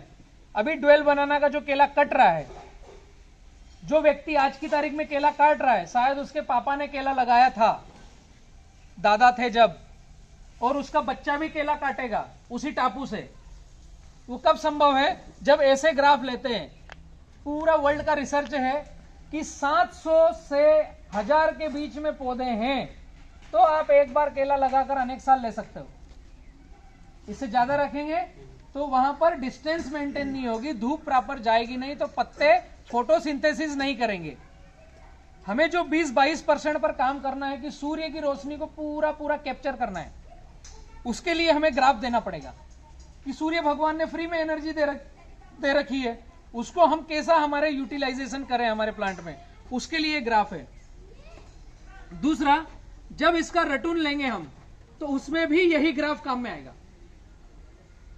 जब पिलबाग आएगा उसमें भी यही ग्राफ आएगा, क्योंकि जब ये पौधा है इसके साइड में हमने रटून रखा तो ये पौधे के भी साइड में रटून रखेंगे, तो 1 से 1.5 फीट तो इसने जगह रोक ली, 1 से 1.5 फीट इसने जगह रोक ली, तो इधर से 1 फीट, इधर से 1 फीट, तो 9 फीट में बचा कितना? 7 में हमने यहां पर फिर बेबी रखा, 1 फीट इसका गया। अभी कितना बचा यहां पर आपका? 5 से 6 फीट। इसके लिए भी हमें डिस्टेंस रखना है कि जब हम बेबी रखेंगे तो उसके लिए जगह चाहिए। समझ में आया ग्राफ क्यों ऐसा होना चाहिए? अभी बहुत ही महत्वपूर्ण बात है कि हम जमीन की तैयारी करें कैसे, और शुरुआत का जो 1.5 महीना है 45 दिन, वो सबसे बड़ा इंपॉर्टेंट पॉइंट है कि वो 45 दिन में हम केले को कैसा चलाएं ताकि हमारा पूरा केले का आगे का जीवन सफल हो। शुरुआत के 45 दिन पौधा लगाना, उसको जिलाना, उसका जीन इंप्रेशन करना, वही इतिहास रचेगा कि आपके 2 साल 4 साल 6 साल केला चलेगा या पहले ही साल मामा भांजा बन करके बाहर हो जाएगा। पहला 45 दिन बहुत इंपॉर्टेंट बात है। तो उसके लिए जमीन की तैयारी कैसे करें और किस तरीके से प्लांटेशन करें, उस पर मैं जोर देने वाला हूं। हमें केले को प्लान करना चाहिए पंचवर्षीय योजना के हिसाब से, ना कि ऐसा कि मैंने 1 साल केला लगाया है, अगले साल मैं यहां पर दूसरी फसल लगाऊंगा, तो फिर आप केला मत लगाओ, बहुत खर्च होने वाला है। क्योंकि जमीन की तैयारी, गोबर खाद, पौधे की कीमत, और बाद में हम जो यूरिया, डीएपी, पोटास, फर्टिलाइजर डालेंगे, आपके यहाँ लगभग 20 रुपए के ऊपर नीचे पौधे की कीमत होगी। 1 एकड़ में आप जैसा पौध लगाएंगे तो 1500 के ऊपर नीचे पौधा लगाते हैं, 5 बाय 6 या 5.5 पे 1450 पौधे आते हैं, जो अभी तक किसान कर रहा है वो मैं बात बतला रहा हूं। तो ये 30,000 के तो पौधे हो गए 1 एकड़ में। अभी 30,000 पौधे के पीछे आपके जमीन की तैयारी 5,000 रुपए खाएगी। पुरानी फसल निकालना, नई फसल के लिए मशागत करना, नाली पाली करना, और फिर पौधा लगाने तक उसको सेट करना, मजदूर मैनेजमेंट, और ये गोबर खाद का खर्चा। अगर हम पंचवर्षीय योजना पे जाएं या शुरुआत में कहीं भी जाएं तो 2 से 3 ट्राली गोबर, उसका खर्चा। तो एटलीस्ट पौधा लगा करके शुरुआत के 2 महीने 50,000 रुपए एकड़ का खर्चा होता है, 1 एकड़ का शुरुआत में पौधा लगाना। और अभी 2 ही महीने हुए हैं, अभी दिल्ली दूर है, ठीक है। यहीं पर अगर हम 5 बाय 9 पर जाएंगे तो 1000 पौधे, मतलब 20,000 का खर्चा है आपका, 10,000 सीधा यहां से रिवर्स हो गया। ऐसी ही चीजें आगे धीरे धीरे धीरे धीरे आने वाली है। तो पौध लगाने से पहले सबसे पहला काम है, पंचवर्षीय योजना प्लान करके लगाना है तो गहरी जुताई करना है। पुरानी फसलें जो भी थी, उनके बैक्टीरिया, उनकी रूट, उनका जो भी प्रोग्राम था, उसको एक बार काट देना है। फिर बाद में तो हम अंदर ट्रैक्टर डालने ही वाले नहीं है, तो एक बार उस साइकिल को डिस्टर्ब कर देना है। तो गहरी जुताई करना है। तो एक तो होता है कि पलटी पलव कर दें आप, दूसरा है कि हम कल्टीवेटर से करें। यहां पर किससे करते हैं? सर कल्टीवेटर और हैरो है यहाँ पे। हाँ, पहले हैरो करते हैं, तो कल्टीवेटर जैसा हम यूज कर रहे हैं सब सोलर हल से आप तो करें। कल्टीवेटर से जैसे हम यूज कर रहे हैं तो उसमें 9 कंगी आती है, पीछे के दांते 9 आते हैं, तो उसमें से 3 कम कर दो, 6 रखो, और उसके ऊपर पत्थर रख दो। तो जो आपका 6 से 7 इंच जाने वाला था वो 1 फीट नीचे जाएगा। जिसके पास पलव नहीं है उसको कल्टीवेटर से गहरी जुताई करना है, तो उसके पीछे के कंगे कम करना है और 2 पत्थर रखना है, एक इस कोने पर, एक इस कोने पर, 40-40 किलो के, ठीक है। तो वो गहरी जुताई कर लेगा। अल्टीमेट 1 फीट हमारा फूट जाए तो जो 1 फीट की जड़ों की कक्षा, जो निमेटोड और फलाना ढिमका जो था, वो सब कट पीट करके एक बार धूप खा ले। तो 15 दिन धूप खिलाना है और गहरी जुताई करना है पौधे लगाने से पहले। उसके बाद में गहरी जुताई के बाद हमें 1 एकड़ पर 10 टन प्रेस मड डालना है। 10 टन प्रेस मड 1 एकड़ पे। गोबर खाद अगर घर का है तो उतना प्रेस मड कम कर लो। अगर खरीदना है गोबर खाद तो फिर गोबर खाद मत खरीदो, डायरेक्ट प्रेस मड खरीदो शुगर फैक्ट्री से। बहुत सारी शुगर फैक्ट्रियां किसानों को फ्री में देती है और बहुत सारी शुगर फैक्ट्रियों में 200 रुपए 300 रुपए टन में मिलता है, जाकर के लाना है। तो सबसे सस्ती व्यवस्था है। इस व्यवस्था में क्या मिलेगा आपको? एक तो इसके अंदर सल्फर आएगा, दूसरा सुक्रोज आएगा, तीसरा बायोमास कार्बन आएगा प्रेसमेट के अंदर, जो आपके केले को स्पीड से चलाने में बहुत अच्छा कारगर रहेगा। दूसरा, हमारे यहाँ खेत में जब हम गहरी जुताई करते हैं तो खुद उसका पीएच पता कर सकते हैं। उस पीएच के मुताबिक हम जिप्सम कितना यूज करें ये तय कर सकते हैं। पीएच आपको पता है क्या होता है? Potential of hydrogen. हाइड्रोजन कितना वहां पर उपलब्धता में आपके लिए रेडी खड़ा है, उसको एक दर्शाने का मापदंड है पीएच। तो ये होना चाहिए हमारी जमीन का 6.5, 6.5 से 7 या 6.5 से 6। तो अल्टीमेट हम कह सकते हैं 6 से 7 होना चाहिए। तो हम कोई भी फर्टिलिटी करेंगे तो पौधा भोजन अच्छे से अपटेक करेगा। 7 के ऊपर जैसा जाएगा तो पौधा भोजन कम उठाएगा, 7 के नीचे आएगा तो पौधा माइक्रोन्यूट्रिएंट्स कम उठाएगा।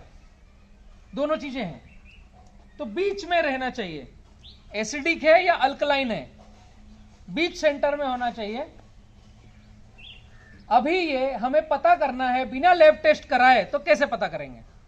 तो जब हम गहरी जुताई करते हैं या पलटी पलव करते हैं तो कुछ ढेपों का साइज निकलता है, खेत से बड़े ढेपे निकलते हैं। जब पलटी पलव करते हैं तो वो चिकट ढेपा निकलता है। 12 बजे दिन में निकलेंगे तो धूप में वो शाइनिंग मारेगा, ऐसा होता है। जिन खेतों में ऐसा हो रहा है कि चिकट निकला, कांच के जैसा शाइनिंग वाला, और 12 बजे वो थोड़ा रिफ्लेक्ट दे रहा है धूप में, तो समझिए आपके खेत का पीएच 8 से ज्यादा है। वो जमीन का बॉन्डिंग ज्यादा हो चुका है, उसमें मॉलिक्यूल एकदम चिपक गए हैं और वो एकदम शाइनिंग दिख रहा है। एक तरीका ये है। दूसरा, जब हम पलटी पलव करते हैं तो जो बराबर समतल जमीन है उससे मिट्टी 6 इंच से 8 इंच ऊपर उठ जाती है पलटी पलव की, क्योंकि नीचे जमीन में ढीली हो जाती है, हवा हो जाती है। पलटी पलव से ढेपे ऊपर आ जाते हैं। तो जिस दिन आपने पलटी पलव किया उसके 15 दिन के बाद हम खेत में जाकर देखेंगे तो पहले हमने पलटी पलव किया था, उसको टेप से नापना है। अगर 8 इंच की हाइट ज्यादा है, 6 इंच की हाइट ज्यादा है, हम मानते हैं कि 8 इंच की हाइट ज्यादा है, तो 15 दिन बाद इसने अपने आप बैठकर 4 इंच की हाइट पे आना चाहिए।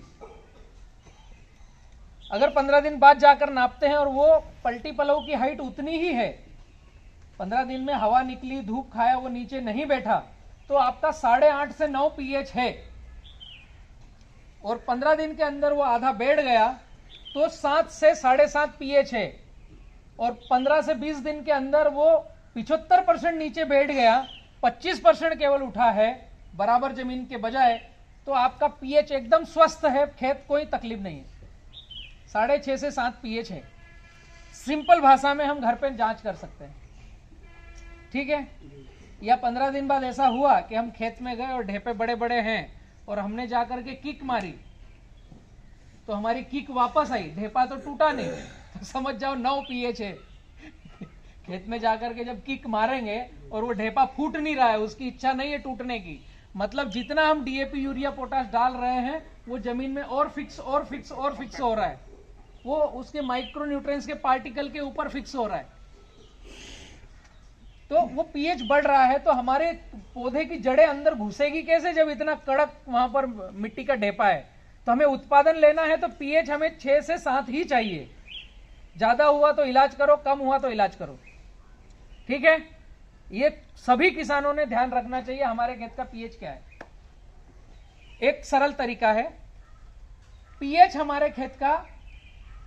अब इसके आगे क्या मैं बात कर रहा हूं कि 7 से ऊपर है, पलटी पलव किया और 75% नहीं बैठा, 85% बैठा मिट्टी, तो वो हो गया 7 से ऊपर।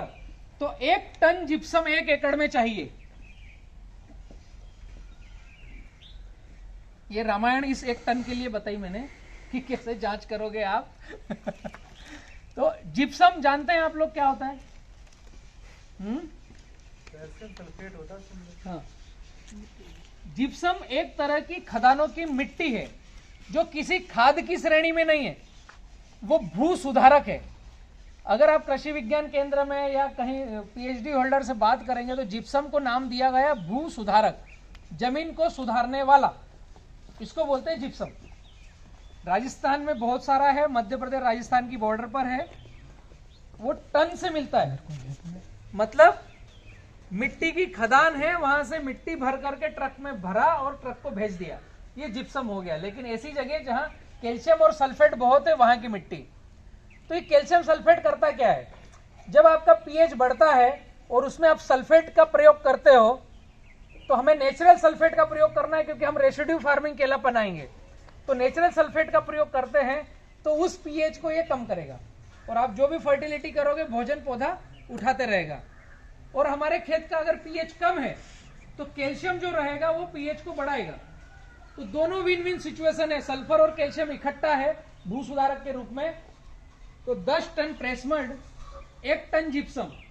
अब अगर ये हमारे खेत में हेवी हमें लग रहा है कि ज्यादा कड़क जमीन है, हमारी किक दे रहे हैं तो किक वापस आ रही है, ढेपा टूट नहीं रहा, मतलब 8.5 से ज्यादा पीएच है, तो आपको 2 टन से ज्यादा जिप्सम डालना चाहिए 1 एकड़ में। 43,560 स्क्वायर फीट में 2 टन जिप्सम। अभी डालेंगे कब, पहले हमने पलटी पलऊ किया, 15 से 20 दिन के बाद धूप खिलाने के बाद उसके ऊपर लक्कड़ घुमाया या हेरो चलाया, उन ढेपों को तोड़ दिया। तोड़ने के बाद अब जब हम नाली पाली करेंगे उसके पहले उसमें प्रेसमड और जिप्सम पूरे खेत में बिखराएंगे और रोटावेटर चलाएंगे, ताकि ऊपर की 6 इंच की लेयर में ये पूरा कंप्लीट मिक्स हो जाए, ऊपर की 6 इंच की लेयर में। ठीक है, अभी इसके बाद में हमें नाली और पाली बनाना है। तो ऊपर की 6 इंच की लेयर में फिक्स हुआ, और हम जब 4 फीट की नाली बनाएंगे तो ये मिट्टी समेट करके उस 1 फीट की पाली में आएगी। मतलब ये पाली आपके लिए पूरा का पूरा जिप्सम और प्रेसमड और मिट्टी का कॉम्बिनेशन बन गया। पूरे में रोटावेटर किया और उसको समेट करके पाली बना दी। इसके ऊपर पौधा लगाएंगे। तो हमने जो पूरे खेत में डाला था प्रेसमड, वो सिमट कर आ गया आपकी पाली में। अभी ये बायोमास कार्बन और जिप्सम हमारे पौधे को बहुत अच्छे से चलाने में कारगर रहेगा।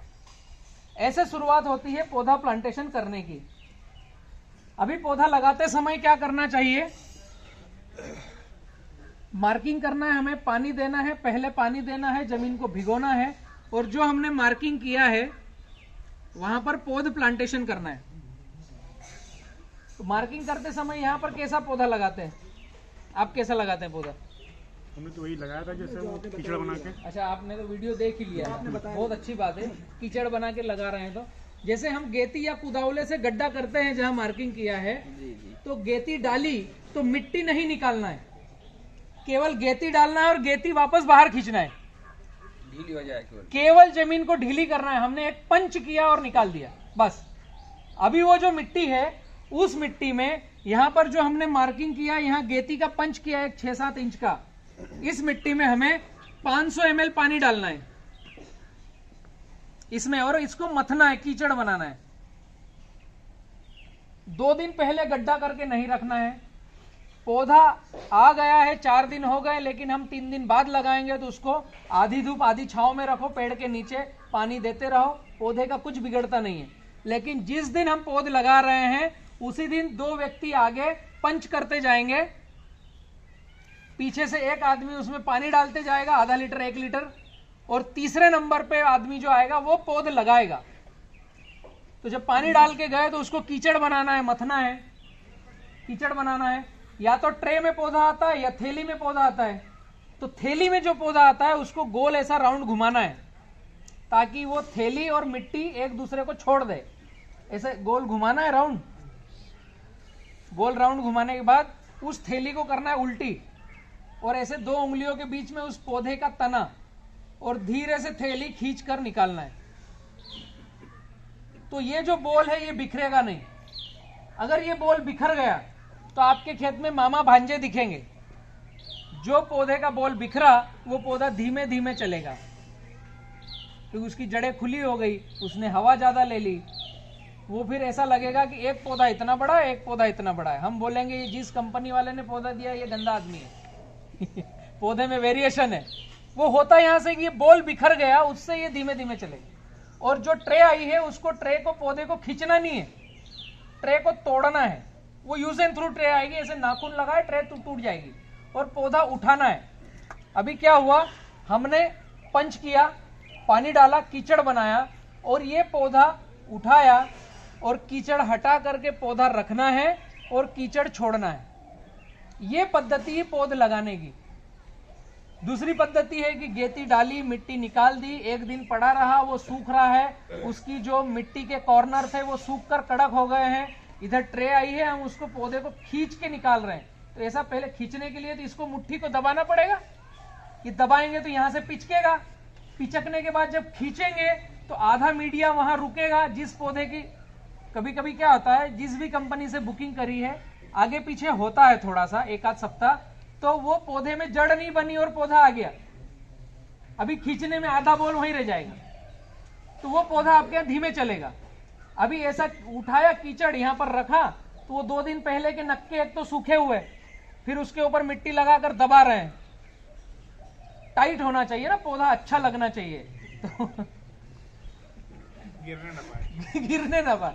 तो वो दबाने में क्या होता है, वो जो बोल था वो पूरा पिचक जाएगा, उसकी जड़ें क्रैक हो जाएगी, टूट जाएगी। फिर उससे उम्मीद करते हैं हम कि ये अच्छे से सेट होके तुरंत चलने लग जाए, तो वो आपको ऐसे देखेंगे, भाई साहब पहले तो हाथ पैर काट दिए अभी उम्मीद करते हो मैं भागूंगा, कैसे भागूंगा। तो एक देखने की दृष्टि को थोड़ा सा फिनिशिंग लाना है कि हम जो काम कर रहे हैं वो काम किस दिशा में हो रहा है।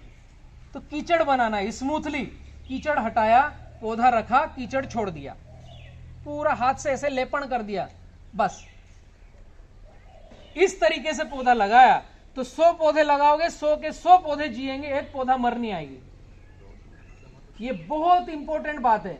अगर हमने 1000 पौधे की बुकिंग करी है और हमारे 50 पौधे मर आ गई, तो अब 50 कहां से आएंगे? कोई कंपनी वाला देने वाला नहीं है, 50 पौधे के लिए गाड़ी भेजने वाला नहीं है। इस चक्कर में हमें 1000 की जगह 1100 पौधे बुक करना पड़ते हैं, तो पैसा ज्यादा लग रहा है ना।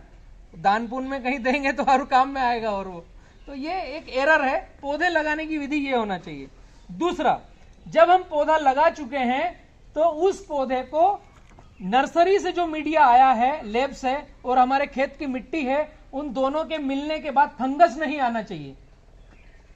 तीसरा, हमारे खेत में अगर गोबरेला कीड़ा है या कोई कीट पतंग है तो उसकी जड़ों को खाना नहीं चाहिए। चौथा, जो पौधा हमने लगाया वो तुरंत चालू होना चाहिए, उसके लिए उसका रेडी फूड हम दे दें। पौधा जहां लग रहा है उसकी रिक्वायरमेंट है, फंगस ना आए, कीट पतंग ना काटे, और तत्काल भोजन हम उसे क्या दे दें कि ये पौधा तुरंत चालू हो जाए। ठीक है, इसके लिए जो हम ये कीचड़ बना रहे हैं, तो इसमें जो पानी डाल रहे हैं उस पानी में कुछ हमको डालना पड़ेगा, कुछ एंजाइम्स, बैक्टीरिया, कुछ न्यूट्रिएंट्स डालना पड़ेंगे। तो ये जो 200 लीटर का पानी है, इस 200 लीटर पानी में 100 ml नीम तेल 10,000 ppm का चाहिए। अगर 10,000 ppm का नहीं है तो गाढ़ा नीम तेल मत डालना, वरना पौधा मरेगा, उसकी जड़ों के ऊपर नीम तेल का लेपन हो जाएगा और वो रुक जाएगा। नीम तेल अच्छा है, लेकिन 10,000 ppm से कम का है, या डायरेक्ट आपने नींबोली घाने से छुड़ा करके लाए हो तो वो गाढ़ा तेल है, वो घुलता नहीं है, वो गलत हो जाएगा। नीम तेल नहीं है तो 100 ml क्लोरोपाइरिफास या 20 ग्राम डेंटाशू। नीम तेल, क्लोरो या डेंटाशू, 3 में से एक आइटम कोई सा भी लेना है जो कीड़ों को यहां से जड़ से दूर रखेगा। दूसरा, 100 ग्राम कार्बन डाइजिम, या कॉम्बिनेशन आता है कार्बन डाइजिम मैनकोजेब का साफ, वो भी ले सकते हैं। और हमें 100% रेसिड्यू फ्री जाना है, 100% प्राकृतिक जाना है, तो 100 ग्राम ट्राइकोडर्मा, ठीक है। फफूंदीनाशक 100 ग्राम और 100 ग्राम कीड़े भगाने वाली दवाई, 3 में से जो मिल जाए। 100 ग्राम वाइसेनोमेटा, वाइसेनोमेटा बी किसान का प्रोडक्ट है, ऑल वर्ल्ड में कोई बना नहीं रहा है, बी किसान के पास मिलेगा। वहां का नंबर मैं देता हूं, 94 245 38 222। आपको होम डिलीवरी होगा, घर पे आएगा, डाकघर से हमारा टाई अप है। पूरे भारत में हम डाकघर के द्वारा हर किसान के गांव घर तक पहुंचा रहे हैं। इसके अंदर है क्या? इसके अंदर गोअर्क है और सुक्रोज से बॉन्डिंग किया हुआ है। किसी भी प्लांट को सुक्रोज उसका पहला भोजन है, फट फट फट फट चलता है। जैसे हमारी बॉडी को लगता है ग्लूकोज, वैसे पौधे की बॉडी को लगता है सुक्रोज। इसी के लिए मैंने आपको बोला कि जब आप जमीन की तैयारी करो तो प्रेस मत डालो, उसके अंदर गन्ने के रस से बहुत सारा सुक्रोज है, तो वो आपके पौधे को फटाफट चलाएगा।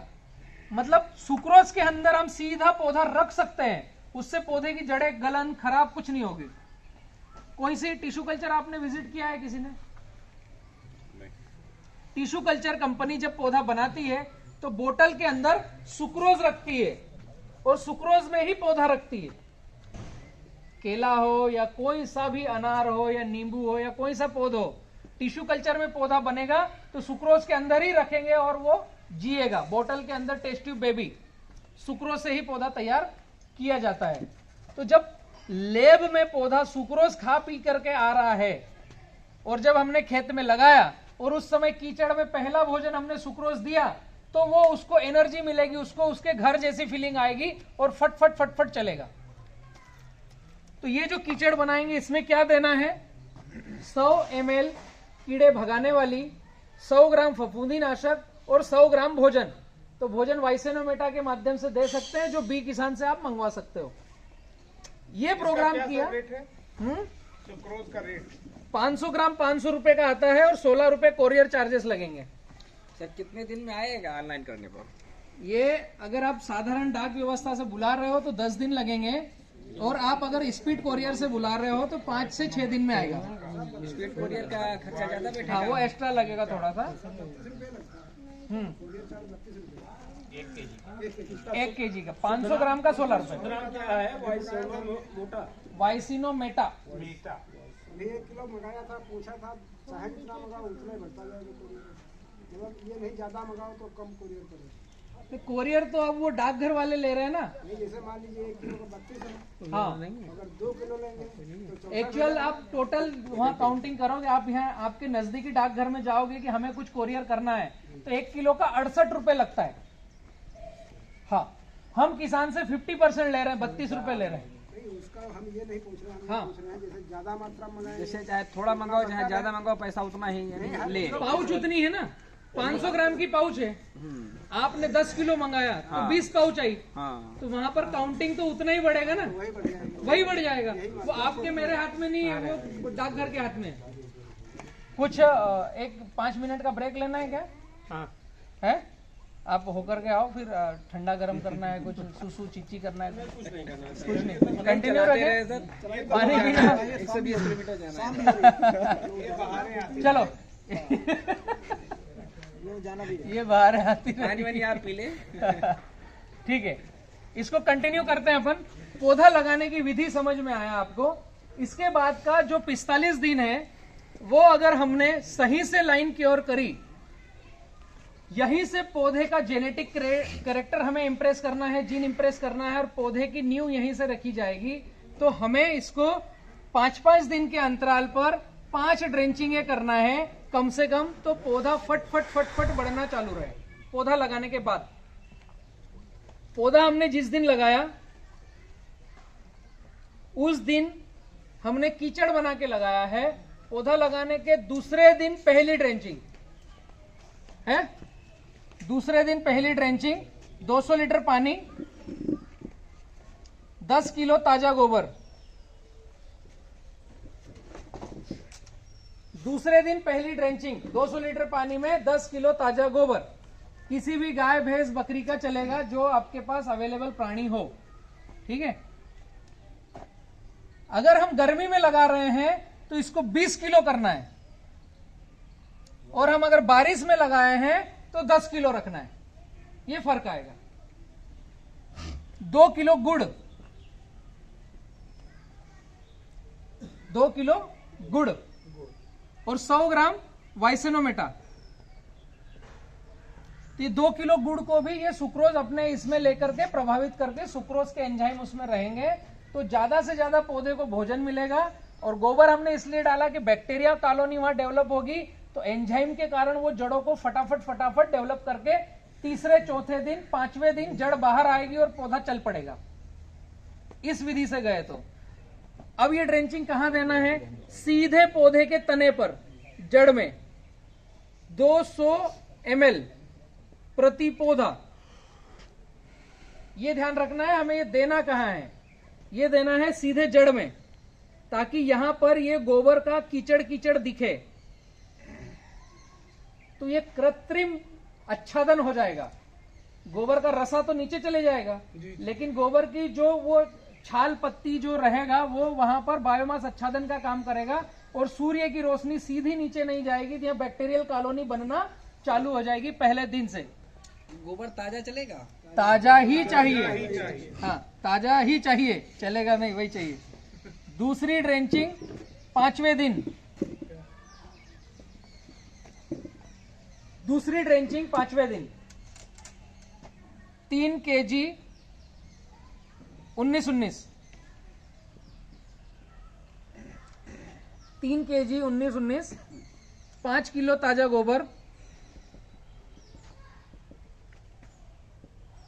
100 ग्राम पोटेशियम ह्यूमेट।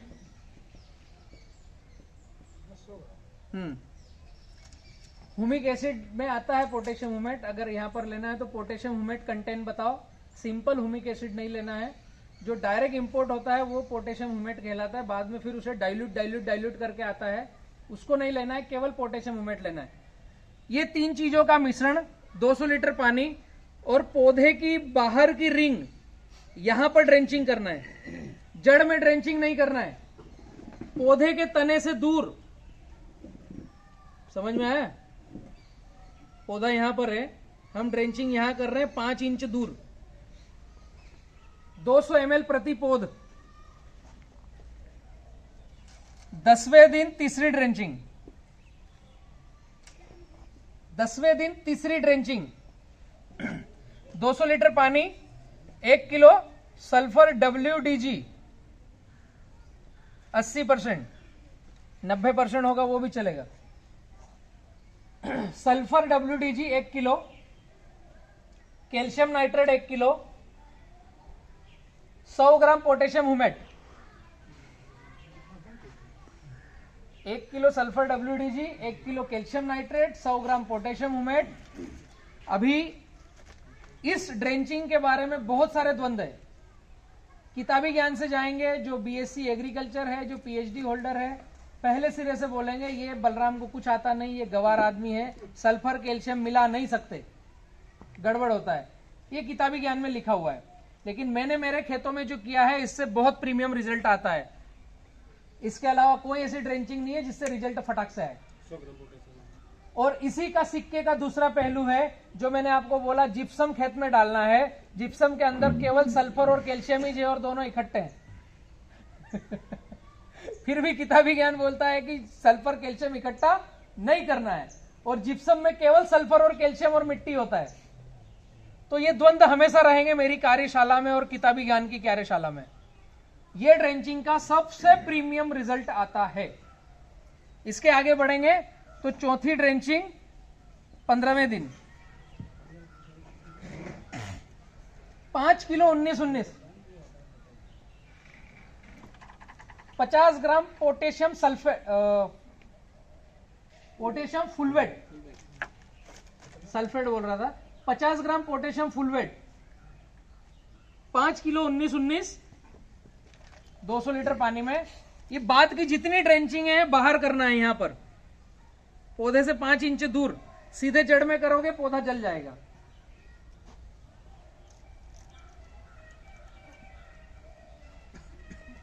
किलो 19-19 और 50 ग्राम पोटेशियम फुलवेट, यस, प्रति पौधा 200 ml। अगली ड्रेंचिंग हम ले सकते हैं 5 किलो DAP, 20वें दिन, हाँ 5 kilo DAP,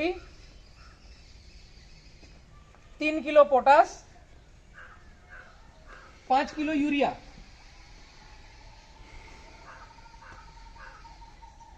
1 litre phosphoric acid. ये घुल जाए उसके बाद में 100 gram potassium humate, phosphoric acid, और उसके बाद में 100 ग्राम पोटेशियम ह्यूमेट। ये कीचड़ बना के लगाया और ये ड्रेंचिंगों का कतार रखा 1 से 1.5 महीने के अंदर, तो आपका पौधा पहले 45 दिन में 5 से 7 पत्ते देता है। तना मोटा 5 इंच की मोटाई लेता है और हर पत्ते पर कत्थई कलर का मैच्योरिटी का सिंबल आता है। ये तरीका है कि एक भी पौधा मर ना हो और लगाने से फट फट फट फट पौधा चालू हो जाए, अभी रुकने का कोई काम नहीं। तो जो पौधे की पत्तों की संख्या है उनमें मोटाई, कलर, शाइनिंग और एक कत्थई कलर का धब्बा आएगा, इसको बोलते हैं मैच्योरिटी सिंबल, जीन इंप्रेशन। ये आना ही चाहिए पौधा लगाने से 1.5 महीने के अंदर, तो आप सही दिशा में जा रहे हो। अगर ये नहीं आ रहा है तो जिस बड़वे से ज्ञान ले रहे हो उसको पूछो, भाई तेरे मंत्र काम में नहीं आ रहे, बदल के बता क्या करना है। पत्ते में धब्बा आना चाहिए, ये सही सिंबल है। इसके साथ पौधा जब खेत में 3 नए पत्ते दे देता है, नर्सरी से हम लाए पौध, उसके बाद के 3 पत्ते, 2 पत्ते कम से कम आ जाए फिर स्प्रे करना है, उसके पहले कोई स्प्रे नहीं करना है। मैंने काफी देखा है उत्तर भारत में पौधा जैसे आता है तो नर्सरी का पौधा खेत में आता है, कभी बारिश आती, कभी धूप रहती है, तो ऊपर के पत्ते सफेद होकर स्कॉर्चिंग में जलते हैं। तो यहाँ मैंने बहुत सारी चीजें देखी, एक तो माइक्रोन्यूट्रिएंट स्प्रे में दिया जाएगा, दूसरा फंगीसाइड स्प्रे में दिया जाएगा। तो जब पौधा अभी सेट होकर चालू नहीं हुआ, उसका पत्ता जल रहा है और उसमें फिर हम इसे स्प्रे कर रहे हैं, तो पहले ही उसकी चमड़ी जल चुकी है। उस समय कोई भी स्प्रे देना घातक है, आपके पौधे को और डोरमेंसी में ले जाएगा, मारेगा। पौधा सेट करने के बाद कम से कम 2 पत्ते से 3 पत्ते आना चाहिए, उसके बाद ही कोई स्प्रे करना है। स्प्रे अच्छी चीज है, कर सकते हैं। अब उसमें सबसे सरल और सस्ता स्प्रे क्या है? वीएम स्प्रे, वाइसेनोमेटा और मिट्टी का स्प्रे करना है। 200 लीटर पानी, 20 किलो मिट्टी और 200 ग्राम वाइसेनोमेटा। ये मिट्टी होना चाहिए जंगल की, या जहां पर हमने कभी भी डीएपी, यूरिया, पोटास नहीं डाला हो, ऐसी जगह की मिट्टी होना चाहिए। और जो बराबर सपाट जगह हो उसमें कम से कम 5 फीट का गहरा गड्ढा करना है। ज्यादा 6, 7, 8, 10 फीट कर सकते हैं, कम से कम 5 फीट का गहरा गड्ढा करना है। और उसकी साइड से ये कॉर्नर को छीलना है और यहां से 20 किलो मिट्टी निकालना है, ऊपर से नीचे तक की छील करके 20 किलो मिट्टी निकालना है। क्योंकि जब पौधा 2-4 नए पत्ते देगा तो थोड़े दिन के बाद उसमें इल्ली लगेगी और उसके पत्ते खाएगी, सेंटर पोंगे को भी चबाएगी। इसलिए आपको कोई ना कोई स्प्रे करना पड़ेगा इल्ली भगाने के लिए या इल्ली मारने के लिए। तो ये स्प्रे अगर आप कंटिन्यू करोगे तो पौधे को सभी तरह के एंजाइम मिलेंगे और कोई इल्ली, कीट, पतंग कोई पौधे को नुकसान नहीं देगा। और अगर आसपास में कुछ ज्यादा हरियाली है, कुछ ऐसी चीजें हैं जिससे इल्ली अट्रैक्ट होती है, तो इसमें हम 100 ml नीम तेल डाल सकते हैं, जिसमें एजाडिरेक्टिन आता है जो इल्ली को भगाता है।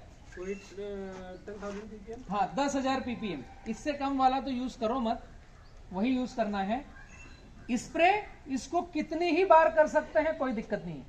आपको लगे इसका रिजल्ट आ रहा है तो घर पे मिट्टी है, मिट्टी डालो, स्प्रे बनाओ और करते रहो। ये प्रक्रिया हमने किया तो पौधे को अच्छा उत्पादन देने से कोई रोक नहीं सकता। यहां तक कि कोई प्रश्न है? हेलो, ये सर इंस्टेंट स्प्रे कर देना है मिट्टी डाल करके या नेक्स्ट डे? 24 घंटे बाद, मैं बताना भूल गया। एक प्रश्न ये है यहाँ पे, ये स्प्रे क्या कोई फ्लावरिंग वाली चीज उस पे भी कर सकते हैं? इस स्प्रे में है क्या, मैं वो समझाता हूं तो आपको पता चलेगा किस में कर सकते हैं। इसके अंदर मिट्टी के ऊपर के 1.5 फीट में बैक्टीरिया का महासागर है, जो कीट, पतंग, रस चूसक, इल्ली, दीमक, थ्रिप्स को भगाने का काम करेंगे। और 1.5 फीट के नीचे सभी तरह के एंजाइम है, जैसे माइकोराइजा हो गया आपका, PSB, KSB, azotobacter, fulvic acid, humic acid, fulvate, ये सब चीज का महासागर है। सरल भाषा में ह्यूमस है। अभी पौधे को चाहिए क्या? जैसे मैं स्वस्थ खड़ा हूं, लेकिन मुझे थोड़ा सा अगर ग्लूकोज मिल जाए और ऑक्सीजन मिल जाए तो मजा आ जाएगा। इंसान की बॉडी की जरूरत क्या है? ऑक्सीजन, और शरीर की जरूरत है ग्लूकोज। ऐसे पौधे को क्या जरूरत है? पौधे को चाहिए कार्बन डाइऑक्साइड, सुक्रोज और ह्यूमस। पौधे की ये रिक्वायरमेंट है, वो स्वस्थ है या बीमार है, उसको इन 3 चीजों की जरूरत है। तो आपने जो मिट्टी का महासागर निकाला, इसमें आपने दिया कीट पतंग बैक्टीरिया भगाने के लिए ऊपर, और नीचे दिया ह्यूमस का महासागर, और उसमें डाला सुक्रोज। तो सुक्रोज जब भी पानी में जाता है वो कार्बन डाइऑक्साइड छोड़ता है। अभी किसी भी पौधे के ऊपर आपने स्प्रे किया सुक्रोज का, तो उसके फोटोसिंथेसिस करने वाले रोम छिद्र कार्बन डाइऑक्साइड को सोखेंगे। हमारे लिए प्राणवायु ऑक्सीजन है, प्लांट के लिए कार्बन डाइऑक्साइड है। तो उसको लगेगा अब मैं तो आराम में हूं, अभी मेरे को कोई स्ट्रेस नहीं है, कोई तकलीफ नहीं है। तो वो जो भी प्रक्रिया कर रहा है उसको अच्छे तरीके से करेगा। फूल फ्लावरिंग दे रहा है तो अच्छे देगा, बोल दे रहा है तो अच्छे देगा, पत्ते दे रहा है तो अच्छे से देगा, मतलब वो रिलैक्स फील करेगा। दूसरा, सुक्रोज खुद पौधे का भोजन है। तीसरा, आपने उसको ह्यूमस से नहला दिया, एंजाइम से नहला दिया, तो जो भी उसकी वीकनेस होगी, जो उसकी गड़बड़ी होगी, वो टॉक्सिसिटी हटा करके स्मूथली अपने हिसाब से चलेगा। और ये कोई भी रासायनिक घटक नहीं है। तो किसी भी प्लांट को किसी भी अवस्था में ये स्प्रे दे सकते हैं। दूसरा प्रश्न ये है हाँ। कि जो हम गड्ढा 5 फीट गहरा खोदेंगे, हाँ। उसकी दीवार छील के एक बार हमने 20 किलो या 40 किलो मिट्टी निकाला, हाँ।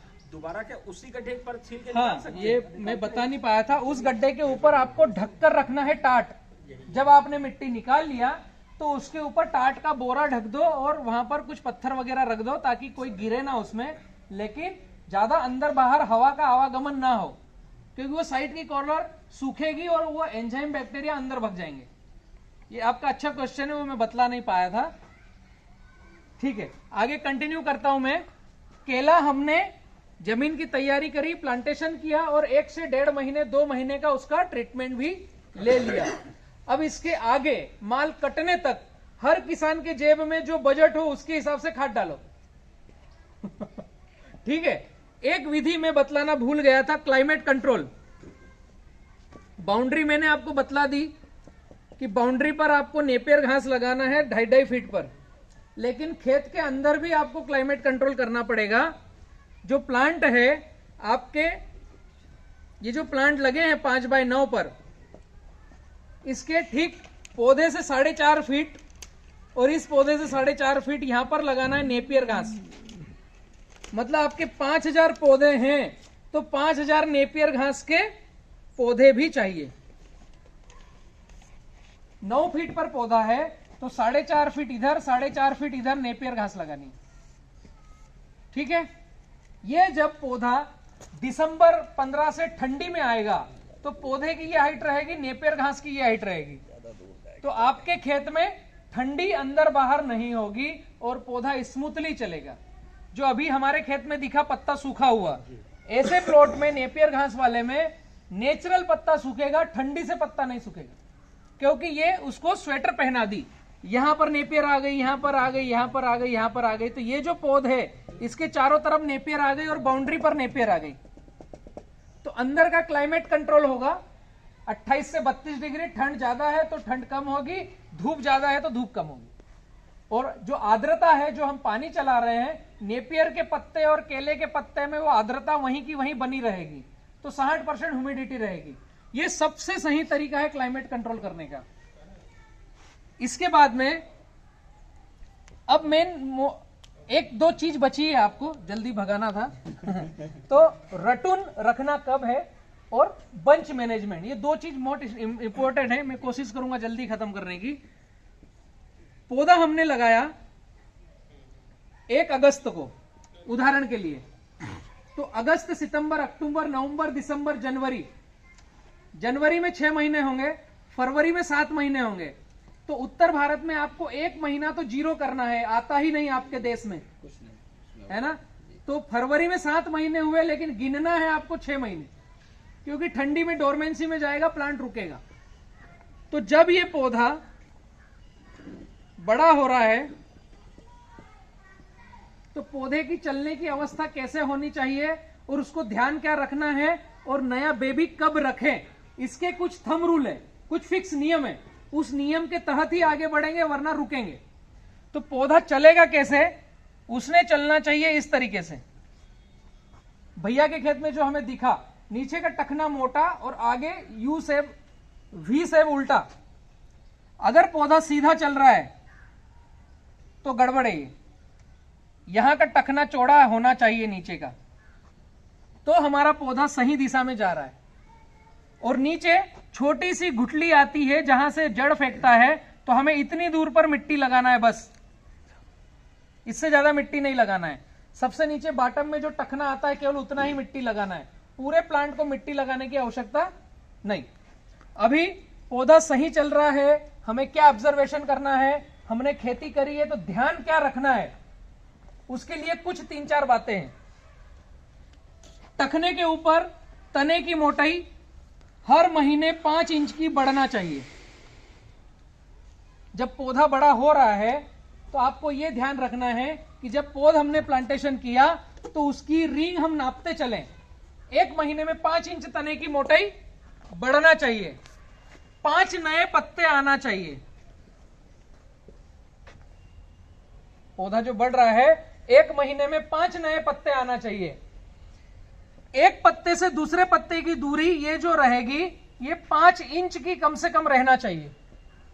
एक पत्ता निकला, इसके ऊपर दूसरा पत्ता निकला, ये पास पास में निकलेगा तो गड़बड़ी है, दूर दूर निकला तो भी गड़बड़ी है। 5 इंच की दूरी रहना चाहिए एक पत्ते से दूसरे पत्ते की, ये बेसिक थंब रूल है। ऐसा चल रहा है तो हमारा प्लांट सही दिशा, ठीक है। अब हमें जब नया फ्लावर रखना है तो उस समय हमारे पहले पौधे की कंडीशन क्या होना चाहिए? इसकी कंडीशन होना चाहिए 25 पत्ते प्लस आ चुके हों इसके अंदर। नया बेबी रखना है जब, क्या बोलते हैं आप, पुत्ती, नई पुतिया रखना है, तो इस पौधे की पहले वाले की क्या उम्र, क्या कंडीशन हो? 25 पत्ते आ चुके हो, तने की मोटाई 25 इंच प्लस हो और 5 महीने से ज्यादा उम्र हो। हमने जब प्लांटेशन किया, अगर वो 4 महीने में भी 25 इंच तने की मोटाई आ गई तो नहीं रखना है, 5 महीने पूरा होने देना है। तो आपके यहां 6 से 6.5 महीने होंगे, क्योंकि जनवरी का महीना काउंटिंग में आएगा नहीं। जैसे आपके यहां अभी फील्ड देखा तो मैंने बताया आपको कि मार्च 1 में आपको नया बेबी रखना है, क्योंकि तने की मोटाई आ गई लेकिन उम्र बची है, पत्ते कुछ बचे हैं, तो हमें मार्च 1 में नया बेबी रखना है। अभी ये नया बेबी रखेंगे किधर? हमारी लाइन से लाइन अगर पूरा पश्चिम है, कि ये पूर्व है और ये पश्चिम है, तो हम पूर्व दिशा का नया बेबी रखेंगे। और हमारी लाइन से लाइन अगर उत्तर दक्षिण है, कि ये उत्तर है और ये दक्षिण है और ये पौधा है, तो उत्तर दिशा का हम नया बेबी रखेंगे, क्योंकि अभी फल आया नहीं है। लेकिन हमने जिधर बेबी रखा उधर अगर फल आया तो नीचे से बच्चा आएगा, ऊपर से फल आएगा, वो मिसमैच होगा और आपका फल खराब होगा। इसलिए पूरा पश्चिम में पूर्व तरफ रखना है, उत्तर दक्षिण में उत्तर तरफ रखना है, क्योंकि सूर्य देवता जो है वो दक्षिणायन से पश्चिमायन चलते हैं ज्यादा। हमेशा उत्तर तरफ थोड़ी सी परछाई रहती है, ध्यान से देखेंगे तो पौधा क्या करता है, झुका हुआ रहता है दक्षिण तरफ, तो फ्लावर देगा दक्षिण तरफ, ये फिक्स है। इसलिए मैं कह रहा हूं कि हमें बच्चा रखना है अपोजिट दिशा में। अब ये बच्चा रखना कब है?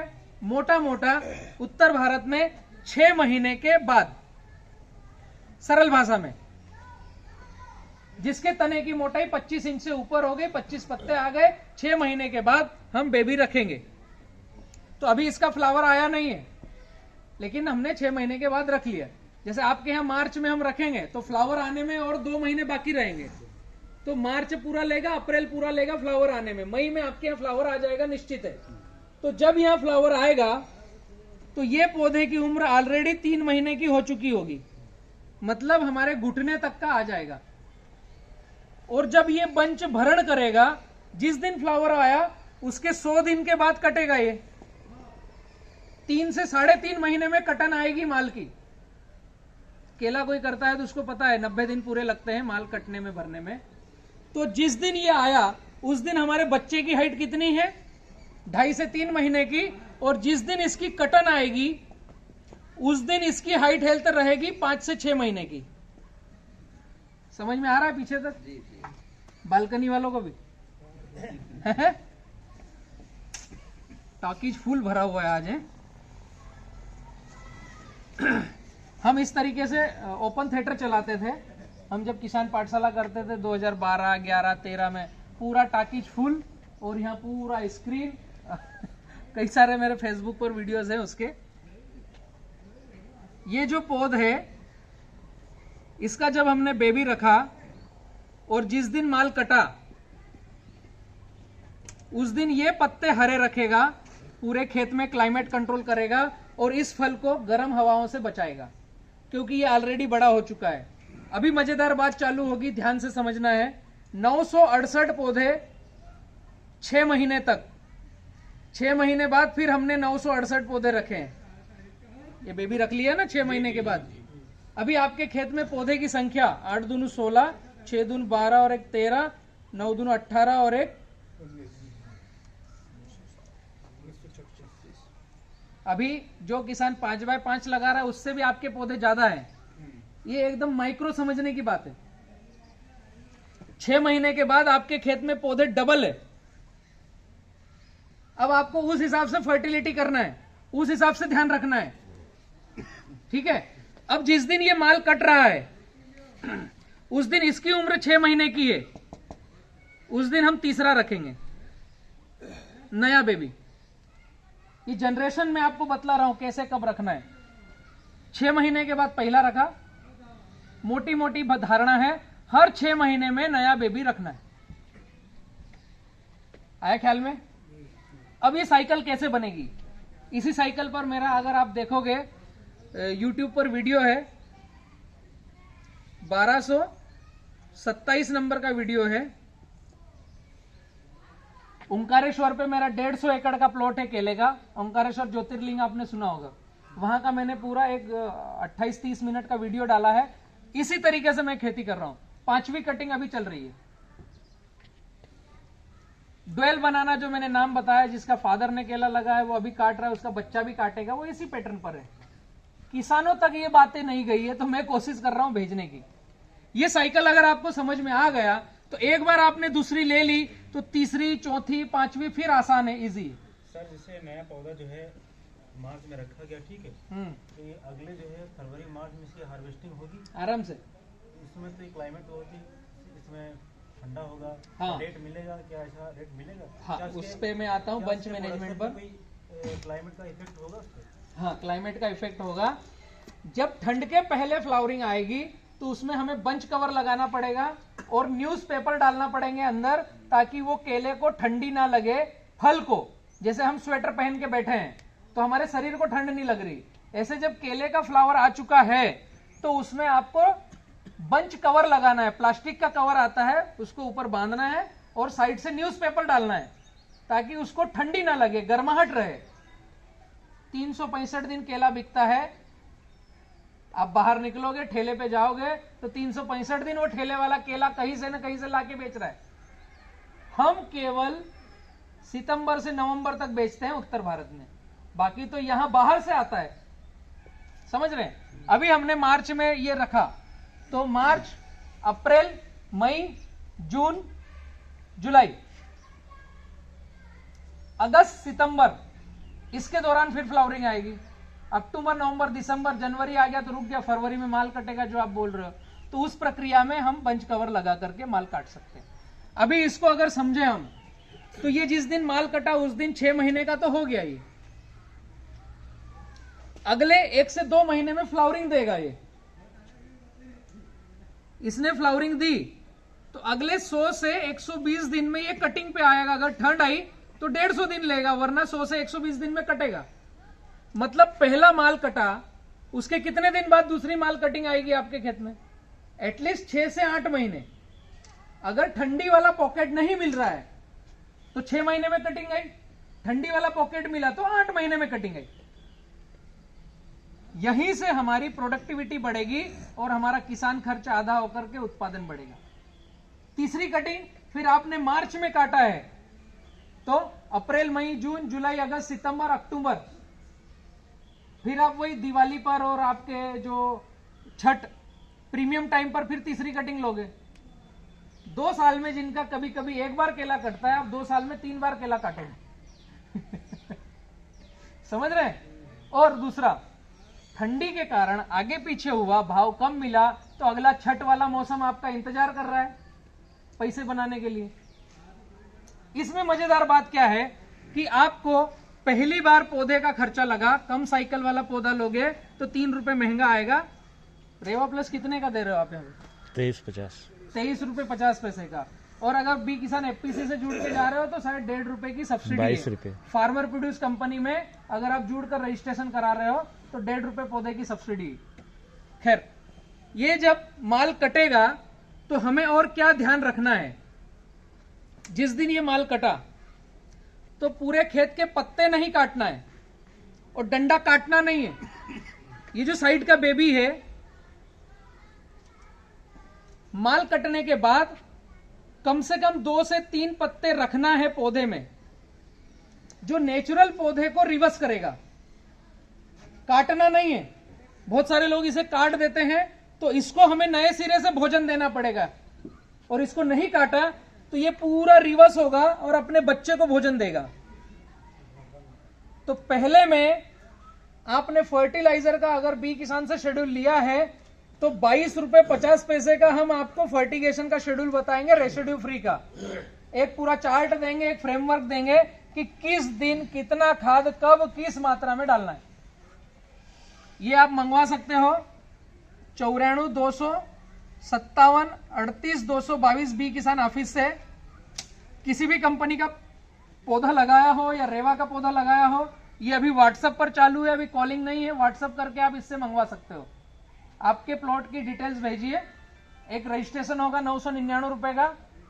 वहां से आपको 365 दिन की पूरी पीडीएफ की सारणी आएगी, किस दिन क्या डालना है, और उस सारणी का खर्चा आएगा लगभग, जो आपके शहर में मिलेगा 22 रुपए 50 पैसे पहली बार का। दूसरी बार का जो खर्चा आएगा वो लगभग 3 से 4 रुपए पौधे का आएगा। क्यों? क्योंकि इसमें कोई फर्टिलाइजर डालने की आवश्यकता नहीं है। इसमें केवल जड़ों की कक्षा में बायोमास आच्छादन करना है, और इसके ऊपर हर 28 दिन में 100 ग्राम सुक्रोज ड्रिप से देना है या स्प्रे करना है। तो ये जो पत्ते हैं ये गलन क्रिया में चालू होंगे और ह्यूमस निकालेंगे। ह्यूमस निकालेंगे तो यहाँ जीव जीवात कॉलोनी बैक्टीरिया कंप्लीट कन्वर्ट रहेगा, तो जड़ों को फैलने के लिए ढीली जगह मिलेगी, और ये जो पौधा गलन करके रिवर्स होगा, इसका सारा का सारा भोजन इसको मिलेगा। मिल ही रहा है, अनेक प्लॉट है। ये अगर 25 किलो का उत्पादन आएगा, तो अगर आपने यहां पर इसको सही से मेंटेन किया तो ये 30 किलो का उत्पादन आएगा, 0 फर्टिलाइजर डाले, कोई खाद देने की जरूरत नहीं अगले साल। लेकिन मेंटेन करने की आवश्यकता है कि इसके 2-3 पत्ते रखें और जड़ों की कक्षा में बायोमास आच्छादन रखें, और यहां पर हम ह्यूमस डालते रहें। इतना ही करना है। उसके बाद जब ये 3 रुपए पर प्लांट के खर्चे में 30 किलो का उत्पादन आएगा, तो पर केजी क्या खर्चा हुआ?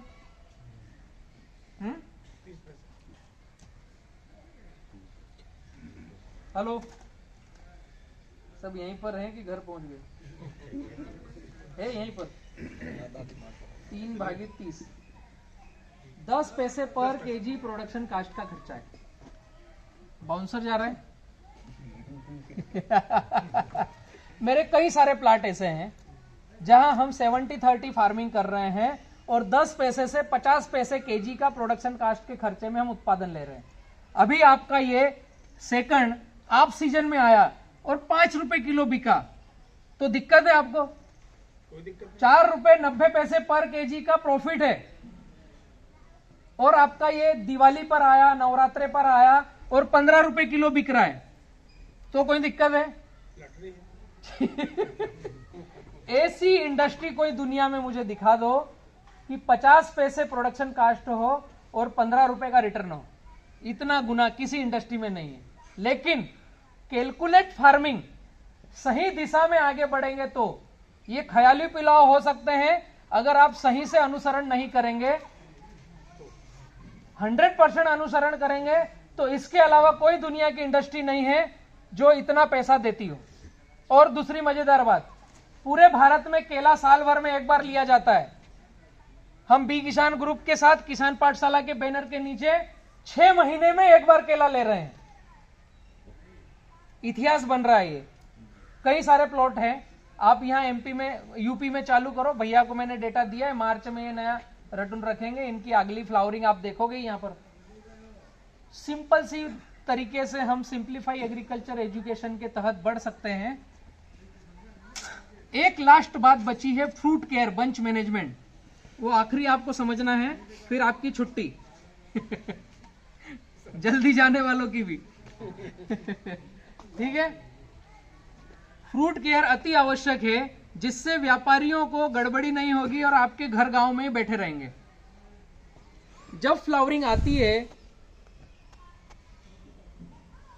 इस तरीके से फ्लावर, ये बंच आता है और बंच ये आधा बाहर आता है और यहां से छिलका हटना चालू होता है और यहां केला दिखने लगता है जब फ्लावर बाहर आता है। फ्लावर जब बाहर आता है तो इसी समय इसको स्प्रे चाहिए। किसान क्या करता है, कमल पूरा बाहर आ जाता है, डंडा तोड़ने की अवस्था आती है, भुट्टा भी नीचे बहुत लटक जाता है, केला ऊपर टर्न ले लेता है, काला काला दाग धब्बा दिखता है। फिर पूछता है, बलराम भाई अभी इसको कैसे ठीक करना है? फिर कुछ करो, कुछ काम नहीं देगा, दाग आ गया। ये जब केला बाहर आ रहा है, पहला छिलका निकाल रहा है, यहां पर स्प्रे चाहिए। यहां पर स्प्रे क्या चाहिए? VM spray. मैं पैसे लगवाऊंगा नहीं आपसे, केवल मिट्टी का स्प्रे करूंगा हर जगह जो भैया अभी पूछ रहे थे फुल फ्लावरिंग पर स्प्रे कर सकते हैं क्या, इसको 100% स्प्रे कर सकते हैं।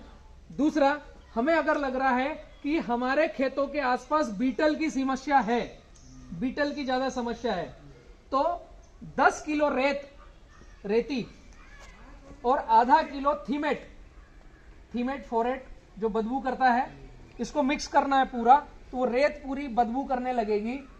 तो एक छरहरे कपड़े में छोटी छोटी 20-20 ग्राम की पूड़ियां बनानी है और वो 20 ग्राम की पूड़ियां सीधी यहां बांधनी है।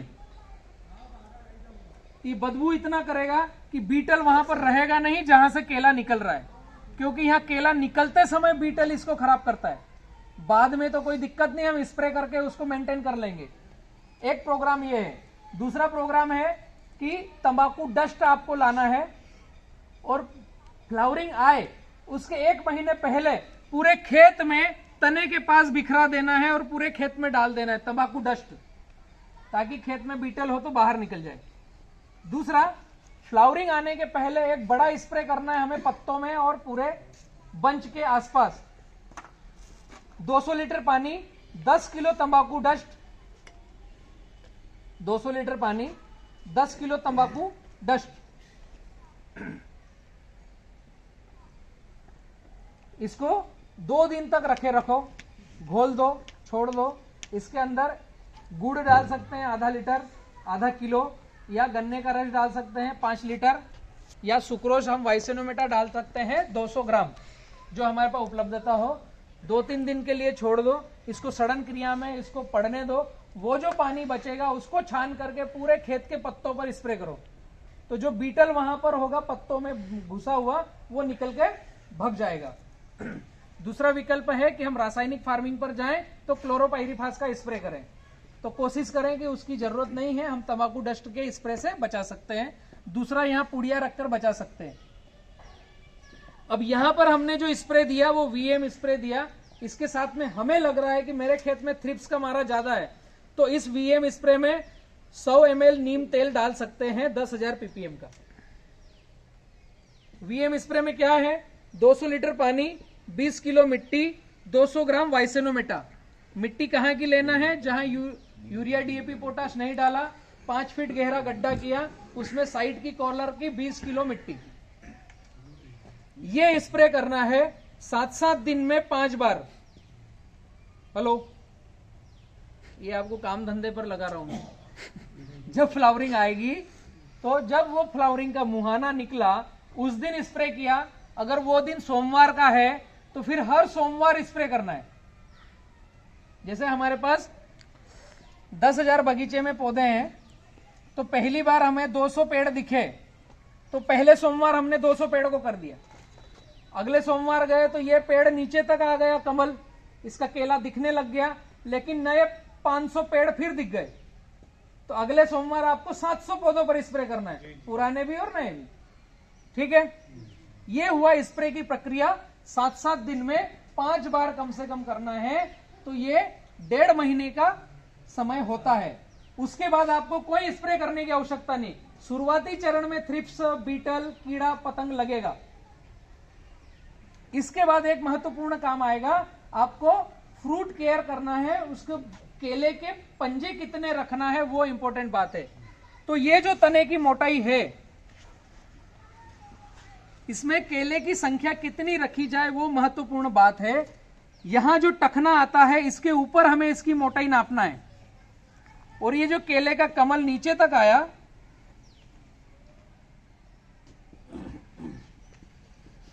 ऐसे केले के पंजे रहेंगे, इसमें तने की मोटाई नापना है। ये 40 इंच की है, 36 इंच की है, 28 इंच की है, 32 इंच की है। ये हो सकता है अलग अलग हमारे जेब का बजट हो, उस हिसाब से पौधा डेवलप अलग अलग होगा। जिसने जितना भोजन खिलाया उस हिसाब से तने की मोटाई आएगी। किसी किसी के यहाँ अभी मैं काफी देख रहा हूं मामा भांजा भी मिलेंगे। भांजे की तने की मोटाई 28 इंच की है, मामा की तने की मोटाई 36 इंच 40 इंच की है। अब ये मामा भांजा एक ही गाड़ी में माल कैसे जाएगा? क्योंकि 28 इंच वाला तो छोटा बंच आएगा, छोटा केली आएगा। जो मामा जी हैं उनका तो बड़ा बंच आएगा, उनके केले की संख्या लंबी आएगी। तो ये एक गाड़ी में माल कैसे जाएगा? और व्यापारी आपके यहाँ आकर के प्रीमियम रेट कैसे देगा? उसके लिए एक सूत्र है, जितनी तने की मोटाई है उसमें 4 का भाग देना है। जो हमने तने की मोटाई नापी, उदाहरण के लिए 40 इंच है, 4 का भाग देंगे तो क्या आएगा? 10। तो हमें इस पौधे में 10 पंजे रखना है। 1 2 3 4 5 6 7 8 9 10, बाकी के निकाल दो। यहां से 5 इंच नीचे एक केला रखना है, उसके बाद एक केला रखना है और डंडा काटना है, हाथ से टूट जाएगा। ये कमल हाथ से टूट जाएगा। समझ में आया? 40 इंच है, 4 का भाग दिया, 10 आया। 10 पंजे रखे, नीचे 5 इंच के बाद एक एक केला छोड़ा, डंडा तोड़ दिया। ये सोमवार में एक ही बार करना है। ये जब आप स्प्रे करोगे तो उसी दिन डिसाइड करो कि हर सोमवार हम स्प्रे कर रहे हैं, तो हर सोमवार बंच मैनेज भी करेंगे, उसके पंजे कम भी करेंगे। बीच में नहीं पंजे कम करना है। क्यों? उसके पीछे कारण है। जिस दिन हमने ये पंजे कम किए उस दिन यहां पर हम जब कमल तोड़ेंगे, यहां पर एक लाल कलर का रिबन बांधेंगे। सबसे पहले लाल, या जो आपको मिल जाए। उदाहरण के लिए हमारे 10,000 पौधे हैं, उसमें 200 लाल कलर के आए पहले सोमवार 1 तारीख को। अब अगली 8 तारीख को फिर हम गए, फिर 300 आए, तो बाद में भी लाल चाहिए। पहले जो कलर का रिबन लिया अगले सोमवार वही लेना है। तो 2 सप्ताह का एक ही होगा। इसकी गिनती हो गई 500 बंच। ये हमारे पास घर डायरी में मेंटेन होगा। 1 तारीख 8 तारीख का लाल कलर का 500 केले के घड़ मेरे पास है। अब इसमें कोई भांजा है 28 इंच का है, उसमें 7 पंजे रखेंगे। कोई 36 इंच का है, उसमें 9 पंजे रखेंगे। तो ये पंजे कम ज्यादा करने से हर केला एक जैसा साइज लेगा, क्योंकि उसके तने की मोटाई उतनी है ना। छोटा केला भी उतना ही लंबा होगा जितने बड़े प्लॉट का केला है, क्योंकि इसमें पंजे ज्यादा है, इसमें पंजे कम है। तो पूरे खेत का बगीचा जब व्यापारी खेत के अंदर आएगा तो वो ऐसा देखेगा, केला छोटा बड़ा है, फल एक जैसा है, आश्चर्य से देखेगा वो। ऐसा कहीं दिखता नहीं है। जहां फ्रूट केयर होता है वहीं दिखेगा। केला छोटा है, ये पौधा बड़ा है, वो पौधा अलग है, लेकिन पूरे खेत का फल एक जैसा क्वालिटी दिखेगा, साइज और शेप एक जैसा दिखेगा। तो व्यापारी को चाहिए क्या? क्वालिटी, क्वांटिटी और कंटिन्यूटी। ये 3 चीज आपने जहां दे दी वहां से व्यापारी जाएगा ही नहीं, उसका तो पैसा बनने वाला है। उसको वहां पर जाके ग्रेडिंग नहीं करना है, आपने ग्रेडिंग यही कर दी। अब सीना ठोक कर उससे 1 रुपया ज्यादा लेने के हकदार हो। दूसरी बात, जब मर का टाइम आएगा, केला बिक नहीं रहा होगा, तो भी आपके यहां का केला बिकेगा। क्योंकि डिमांड तो आगे है, हम क्वालिटी क्या दे सकते हैं। अब ये जो टैग लगा है इसका क्या महत्व है, अगले सप्ताह जब हम जाएंगे तो यहाँ काला कलर करेंगे, फिर अगले सप्ताह काला कलर करेंगे, फिर अगले सप्ताह पीला कलर करेंगे, तो ये हमने पार्टिसिपेट कर दी, पार्ट कर दी अलग अलग, कि पहले 2 सप्ताह में हमारे 500, बाद के 2 सप्ताह में 2000, बाद के 2 सप्ताह में 5000। मेच्योरिटी कब आएगी ये हमने काम डाउन कर लिया, हमारी डायरी में मेंशन कर लिया। उदाहरण के लिए आपके यहां लाल कलर का 1 जुलाई को फ्लावरिंग आया, तो मेच्योरिटी क्या हुई 1 जुलाई से 8 जुलाई, तो आप इसके पीछे ठीक 100 दिन लगा दो, जुलाई पूरा, अगस्त, सितंबर, 15 अक्टूबर को लाल कलर का आपका माल कटना निश्चित है। पहले ही आपने तारीख डाल दी, आपको ख्याल में आ गया कि 500 बंच दिख रहा है मेरे को, ये 20 से 25 किलो का है, 10 टन की गाड़ी, 12 टन की गाड़ी का लोड है मेरे पास। जुलाई, अगस्त, सितंबर, 15 अक्टूबर तक कटिंग होगी। आप 1 अक्टूबर से 5 अक्टूबर के बीच में व्यापारी को फोटो भेजो, भैया 15 तारीख को माल कंप्लीट हो जाएगा, आके देख लेना वरना दूसरे को दे दूंगा। 500 झाड़ है, इतने टन की गाड़ी लाना, ज्यादा मत लाना, दिमाग मत लड़ाना। ऐसा कैलकुलेशन आप बतला पाओगे तो अगले के दिमाग में क्लिक करेगा, नहीं ये फार्मर व्यवस्थित है, इसके यहाँ माल अच्छा मिलने वाला है। जब हम पूरे खेत में अगर 50 लाइनें हैं और बिना इस तरह की कैलकुलेटेड हम माल बेचते हैं तो होता क्या है, व्यापारी आता है खेत में जाता है तो सब तरह का माल है ना, 1 तारीख को आया बंच भी है, 7 को आया बंच भी है, 15 को आया बंच भी है और 17 को आया बंच भी है खेत में। तो देखने आएगा व्यापारी, माल काटने आएगा उसका बच्चा कटर देखने नहीं आया। अभी उस 25-50 लाइनों में गाड़ी लगाई, माल काटना चालू किया, आखिरी की 10 लाइन बच गई और गाड़ी भर गई। अभी क्या होगा उस 10 लाइन का, उस 10 लाइन का ये होगा कि वो माल खराब होगा, फूगेगा, फटेगा, या सस्ता व्यापारी ढूंढना है, छोटी पिकअप वाले को देना है। और इधर जो 40 लाइनों का माल कटा, जो केवल लाल वाला कटना था, 1 तारीख वाला कटना था, हमने मार्किंग नहीं किया तो 10 तारीख वाला भी कट गया, 20 तारीख वाला भी कट गया, क्योंकि आंखों से दोष हो सकता है, कैलकुलेशन से दोष नहीं होगा। अभी जो कटर आया है उसको तो गाड़ी भरना है, तो उसने गाड़ी भर ली, तो जो लास्ट में आखिर में 5 किलो तक वजन बढ़ता है। अभी ये हम 1 तारीख को माल कटवा रहे हैं तो काला कब कटवाएंगे, कम से कम 10 से 15 दिन बाद। तो ये जो 10-15 दिन है, इन एक 500 बंच का 5-5 किलो का वेट बढ़ेगा तो कितना पैसा बढ़ेगा। हर सीजन पे हमारे पास कम से कम 10 रुपए का रेट रहता है किसान के पास। 20 किलो का पौधा 5 किलो बढ़ा सकता था और 5 किलो हमने पहले कटवा दिया तो 50 रुपए का हमारा नुकसान हुआ। केवल आपने धागा नहीं बांधा इसके लिए, इसमें पैसा लगा कहीं, बलराम की कोई फीस नहीं इसके लिए दिमाग का खेल है। हमें पूर्ण तरीके से मैनेजमेंट करके खेती करना है। तो ये 20% पैसा हमारा यहां से केवल ये धागा मार्किंग करने से निकलता है, 20% से ज्यादा पैसा निकलता है। अभी किसी कंपनी का पौधा हो, कितना खाद डाला हो, आखिर में माल कटने के समय क्वालिटी मेंटेन और क्वांटिटी मेंटेन कैसे होगी, तो स्प्रे और धागा प्रबंधन टैगिंग करने से होगी। बहुत सारी बातें बोलता हूं मैं, आप सभी का जाने का टाइम भी हो रहा है।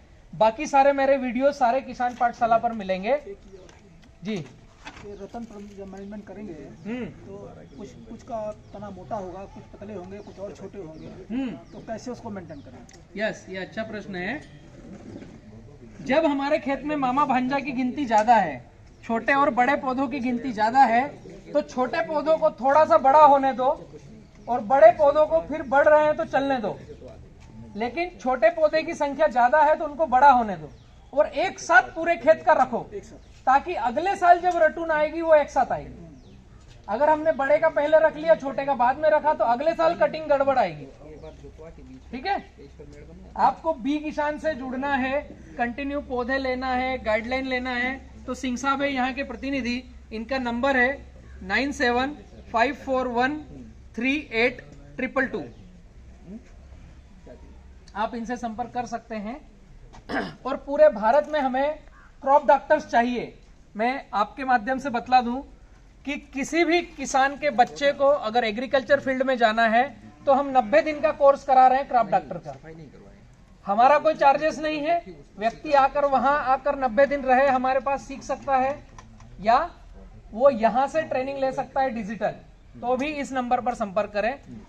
एमपी, गुजरात, महाराष्ट्र, उत्तर प्रदेश, एमपी, गुजरात, महाराष्ट्र, उत्तर प्रदेश और छत्तीसगढ़, 5 राज्यों में हम अभी एक्टिवेशन कर रहे हैं क्रॉप डॉक्टर, चैनल पार्टनर और हमारे डीलर नेटवर्क को।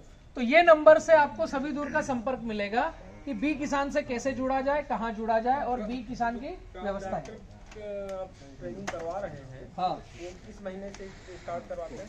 उसकी बैचेज इकट्ठी होती है कि जैसे 100-200 लोगों की बैच, 80 से ऊपर लोगों की बैच इकट्ठी होती है तो हम चालू कर देते हैं। लेकिन वहां जो आकर करना चाहते हैं तो वो तो भले 2 आदमी भी आकर कर सकते हैं, वहाँ आके जो करना चाहें कभी भी आ सकते हैं। तो उसका क्या खर्चे क्या है? हमारी कोई फीस नहीं है। आपको आकर के वहां पर होटल रेंट, रहना खाना आपको आपका करना है। हम दिखा देंगे कहां पर आप रह सकते हो। हम आपसे फीस नहीं लेंगे। कोर्स कंप्लीट होने के बाद हम आपको डिप्लोमा फॉर्मेट भी देंगे कि आपने किसान पाठशाला से क्रॉप डॉक्टर का कोर्स किया है। डिस्टेंस में अगर कर रहे हैं तो डिजिटल कर सकते हो। उसके लिए कुछ हमारे वीडियोस पैरामीटर्स हैं जो आपको डिजिटल दे करके सिखाएंगे। अल्टीमेट उसका एम एक ही है कि नए बलराम की फोटोकॉपी जनरेट करना। धन्यवाद, थैंक यू। बहुत बहुत धन्यवाद आपका जी। इतनी दूर से आकर के और बहुत ही ज्ञानप्रद बातें हम लोगों से शेयर की। पीसी वगैरह सब यही सब बताइए। हाँ, सब सिंह साहब बतला देंगे। एफपीसी का एक टॉपिक बचा था, आप सभी मित्र समझ सकते हैं। अगर आपको फार्मर प्रोड्यूस कंपनी से जुड़ना है बी किसान की, तो उसके लिए नंबर है 75 875 38222। अभी ये केवल व्हाट्सएप पर चालू है, इसको अभी कॉलिंग चालू नहीं किया है। इस पर आपका आधार कार्ड भेजिए और आप एफपीसी से क्यों जुड़ना चाहते हैं आपका कारण भेजिए। एफपीसी में हम 2-3 काम कर रहे हैं। पहला काम कर रहे हैं हम पूरे भारत में जितनी खाली जगह है, खाली पहाड़ है, उनको कपड़े पहनाने का काम कर रहे हैं, हम वृक्षारोपण कर रहे हैं। दूसरा, एफपीसी में एग्री इनपुट और एग्री आउटपुट का काम होगा। एग्री इनपुट मतलब किसानों को जो भी सुविधाएं चाहिए वो वहां पर कम दामों में अवेलेबल कराने की कोशिश करेंगे। खाद, बीज, दवाई, पौधे, ड्रिप। दूसरा, एग्री आउटपुट, किसानों ने जो उत्पादन किया उसको ज्यादा रेट में सही मात्रा में कहां बेचें, उस पर भी इस दिशा में काम होगा एफपीसी में। 1000 रुपए का आपका सदस्यता शुल्क है और 100 रुपए का मिनिमम एक शेयर है। आप कितने ही शेयर ले सकते हो, जस्ट आप शेयर पार्टनर बनोगे उसमें। और पूरे भारत का सबसे बड़ा एफपीसी बन रहा है बी किसान का, तो आपके जो क्षमता है उसके हिसाब से आप शेयर होल्डिंग करके एफपीसी में जुड़ सकते हैं। Thank you. लेने का और कुछ फायदा होगा? डिविडेंड का फायदा होगा। जैसे ही बी किसान